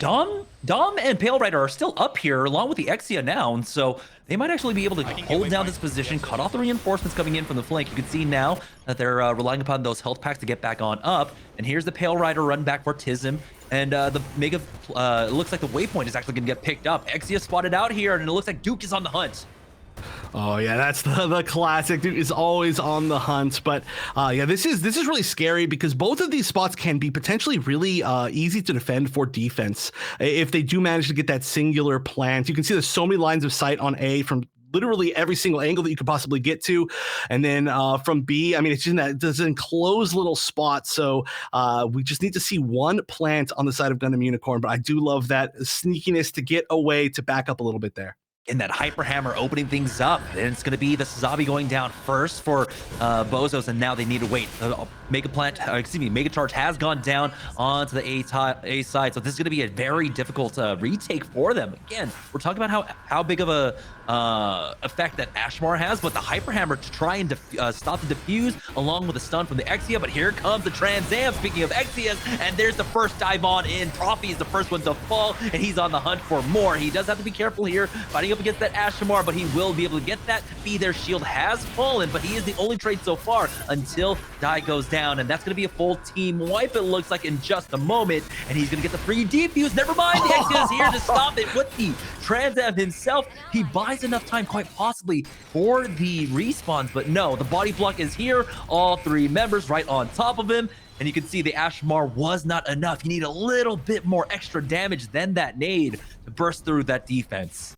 Yeah, and you can see how difficult it is to actually get a defuse off on A. That was expertly executed by BOZOS. That was pretty much as perfect as you could get. They had to use a lot of G maneuvers just to get that off, and still they had to accept that they were going to take a lot of damage just sitting on that spot, shielding each other with their bodies, but they did it perfectly. Looks like the punch was used from the offense there, and really, they didn't get anything off of it. It's a full clean wipe, and they get the waypoint away from the Gundam Unicorn squad. Now they are left with 1 minute and 22 seconds, possibly 2 final pushes, but you know you have to set up so far in advance for this, and they're going for the left side push, which we saw them squander away about 1 minute total going for that one last time around. They don't really have the time to work with it, but it looks like that's what they're going to commit to. Yeah, I mean, they got a lot of picks when they went this way last time, but oh yeah, that's actually going to give away a lot of information, I think, showing the Ashmar above the mountains. It's going to say, okay, hold on, a lot of people are coming that direction. We do see a lot of people from BOZOS circle around, but if that Sazabi goes down, that's going to be a huge first pick, and it does, but they do manage to take an Omni James on the Exia to trade. And it looked like Be Their Shield was just caught out once again by himself. Profi falls, and it looks like the Hades is enough to force them back. And Duke, once again, finding so much value with this Exia. Focus does get a knock onto D. Will they be able to get the confirm onto it? It looks like they're trying to finish him off. Okay. But Focus, he gets caught by an errant nade coming in, and Methus ends up sticking that res to get D back on up. And now it's scramble time. 25 seconds remaining for Gundam Unicorn to try and get the plant. Yeah, I would not be surprised if we saw just some attempts to fly over here. Actually, they're going to stick a little bit more with the team. There's not a lot of time. Nope, they are going to fly over. They have to sneak around. We are going to see some picks here. James is going to get that pick on the Sazabi, but it looks like the punch is going to prevent the Ashramar from Focus, from planting, and only 2 seconds left. Somebody needs to get on, and nobody can. They were so close a bunch of times, but they only managed to get that one singular plant, and at the very final moment, they were able to disarm that. So amazing defense from BOZOS, and that is going to put them now on tournament points for this entire tournament. All they need to do is do a slightly better job on offense than Gundam Unicorn was able to. Yeah, they just need to get that plant down. What is it? 85.3%. That's how far they got on that mega charge. So this is going to be a tough ask, but again, we saw how difficult it can be to push into Ministry of Defense. I mean, everyone does kind of agree that Point A feels like it is very defensive sided with the way that you're able to set up. We'll see how Team BOZOS are going to approach this one. Again, they are on the verge of taking a 3-1 up against Gundam Unicorn in a fairly convincing manner. Other than, what we had on Quarry, it went clearly the other two maps in favor of BOZOS. Yeah, talking about being defensive favored, that's the interesting thing about this particular game type, is that the stronger that a spot is defensively, the better it is once you actually get the plant, right? So this is just such a weird polarizing spot because, I did not know you could stand up there. Look at that. They're showing us some little in-spawn tricks. Just stay up there the entire time. I wonder if they're going to do anything with that, or they're just up there for fun. They're just showing it off. I like that. I love that. I mean, you learn something new every day. Right now, we had a pretty aggressive hold, right, coming out from BOZOS on the defense. They were playing, I believe, the mid lane. I say mid lane because, you have these 3 diverging paths here, and it's going to be a very similar hold coming out. But this time, it's going to be BOZOS actually going straight for that waypoint. So they want to try and turn the screws from that waypoint. They do have to deal with the full 6-man actually over here, and this could actually get punished extremely hard. There's the first pick. They end up taking out Enders. They'll be able to secure that as well in just a moment. A second pick onto Focus, and now they're pushing for the point. The high ground getting contested. Duke is able to get that knock and get the confirm. They don't have the waypoint, but is it gonna matter if they get the plant? The make charge will go down as Duke falls, but will someone be able to run back, maybe get that waypoint and get him back in sooner? Ooh, the defense are here to now try and take him out. Yeah, that was such a good push, and that's another one of the reasons why it's so risky to actually defend the waypoint on this stage. It can just really work against you, and it clearly did in that spot. And they're gonna, they might be even giving up this plant to try and get this waypoint. It does seem like there's not a lot of people defending it. It looks like it's gonna be gone. Yeah, they're just saying, we're gonna regroup. We're a little bit staggered. Let's get this waypoint, and then look how close this waypoint is to this point. You can literally throw a grenade from spawn. Oh my, what a shot! Oh, the headshots along with that nade coming in, and now he wants to go in for the confirm, chasing after that Dom Trooper.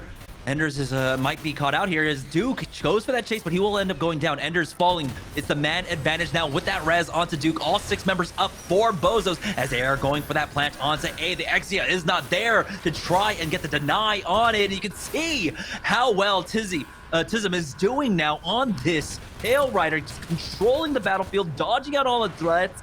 Duke is just being an absolute nuisance in the back line, and they might not even have the time to try and touch the point. There's only about 25 seconds left to even try to start that defuse. You can see they have given up height. Tism has not been able to get back on height for his team, but they're starting to establish that position. Yeah, this is their only chance. They need to make this all work 100% right now, but you can see that BOZOS is so split up that even if a few people get picked off, you cannot safely disarm the bomb. That is the scariest thing about this A site. We see the RX-78 ult go in. It's not going to do anything. It's going to be destroyed. We're going to see an attempt to disarm, but that's the best they can do, and I think that's going to be it. That's the 3-1 BOZOS. Take it in 4. Gundam Unicorn were able to make them bleed, taking the first map off of BOZOS. But beyond that, it was basically a clean sweep throughout the tournament for BOZOS. And what an amazing display coming out from them across the last 2 days.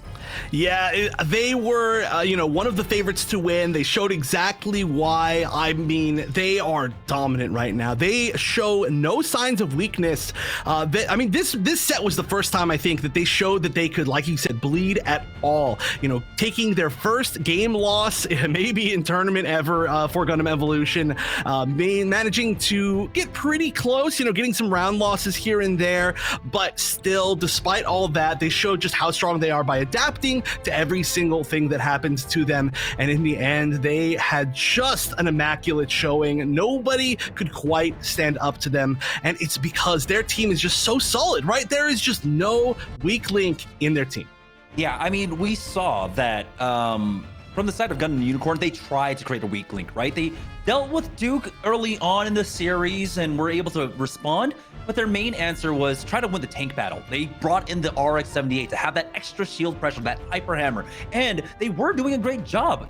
B, their shield was going down initially in a lot of these fights, and really that's off the back of that RX-78 pick. But beyond that, when it came down to the mad scrambles, Duke, when he's able to play with a little bit more freedom because the focus is off him and onto the tank, you get to see what he's able to do on that Exia.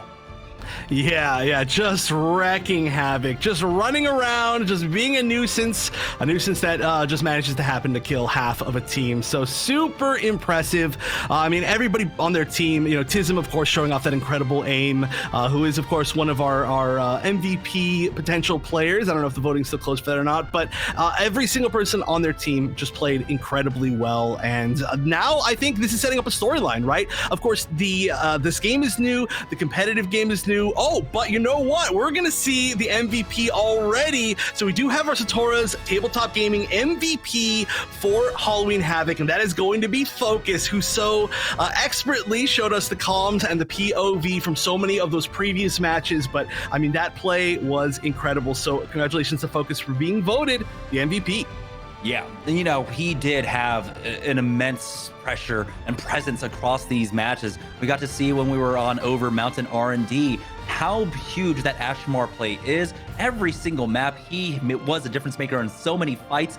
But sometimes, you wonder, is it the mobile suit or is it the pilot? Well, it always comes down to pilot being able to express as much skill out of their unit, and he was doing a fantastic job continually finding picks with it, putting down pressure with the punch along with the Molotov. So definitely well earned. We got to see a lot of great Ashmars this tournament, a lot of great Pale Riders. It's so hard to choose. I myself would have gone for Tism. He was such a standout player throughout the entirety of the tournament along with Duke, but still, you got to give it up. The crowd wants to give it on over, so congratulations once again to Focus for being our Sotora's Gaming Tabletop MVP. But at the end of the day, the winners, the team that's going to be walking away with the lion's share of our $500 plus prize pool. I don't know exactly what we ended on Match Arena. It is going to be Team BOZOS.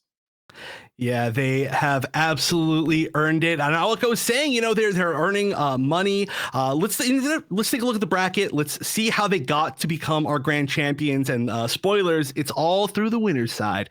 But they have made a statement here. They won the previous EGL tournament. They won this tournament, both being undefeated up until a single game, right? Never knocked into losers, never losing a set to any other teams.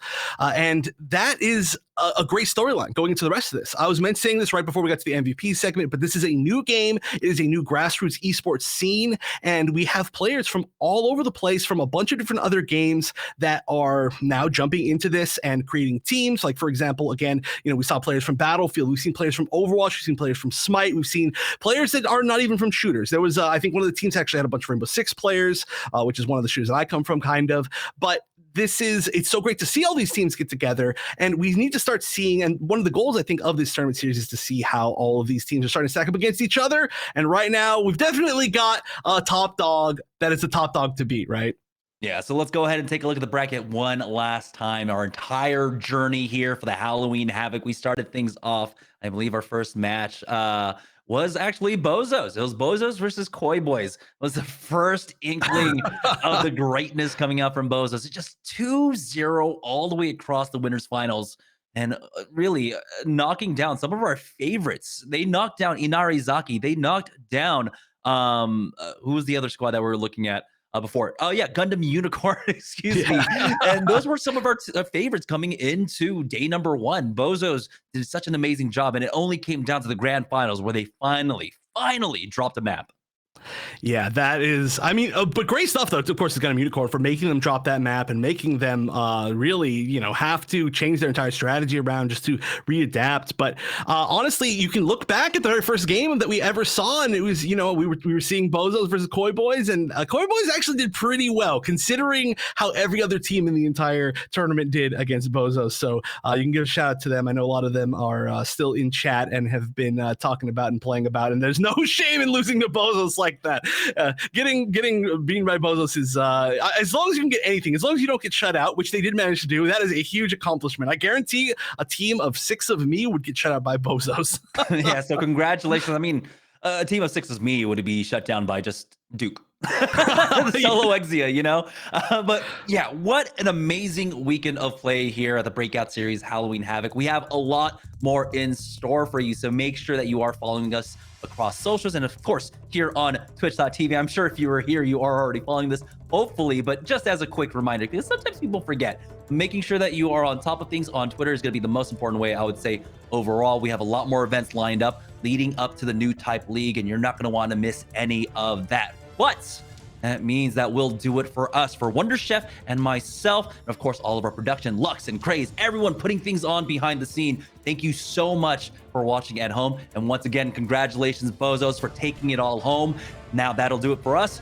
Thank you so much for watching. Have a good night and have a great weekend.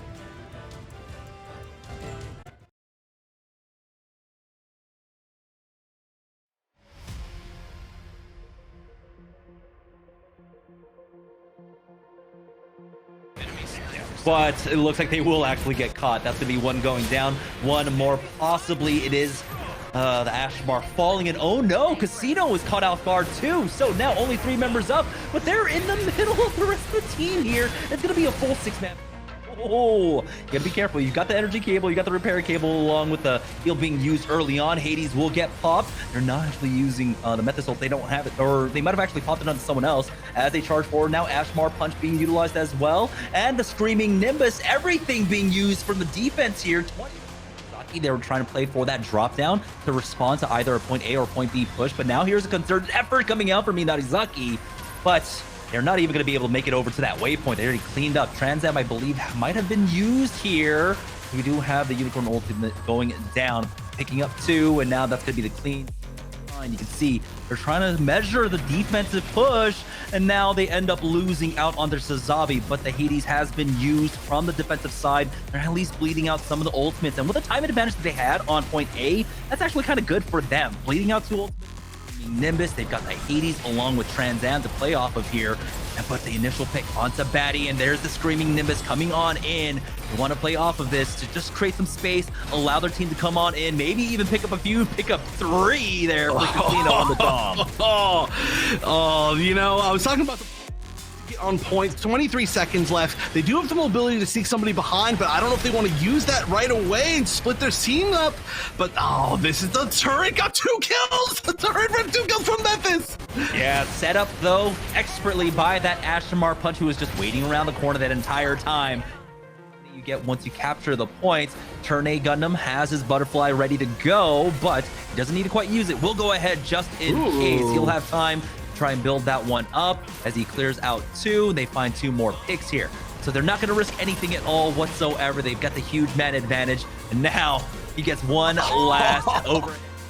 Right, there's 4 minutes left. That is a huge amount of time, and all they need to do is just get 2 more ticks. But that's one thing that I really like about Guntank, right? Armor gun on Exia makes Exia so hard to kill. Already it's a slippery target, but giving it that extra health that's like I mean, it's already a high percentage of its health that it's giving extra. It becomes like this two-man just killing squad. It's ridiculous, but oh, that was a nice chunk directly on the leg.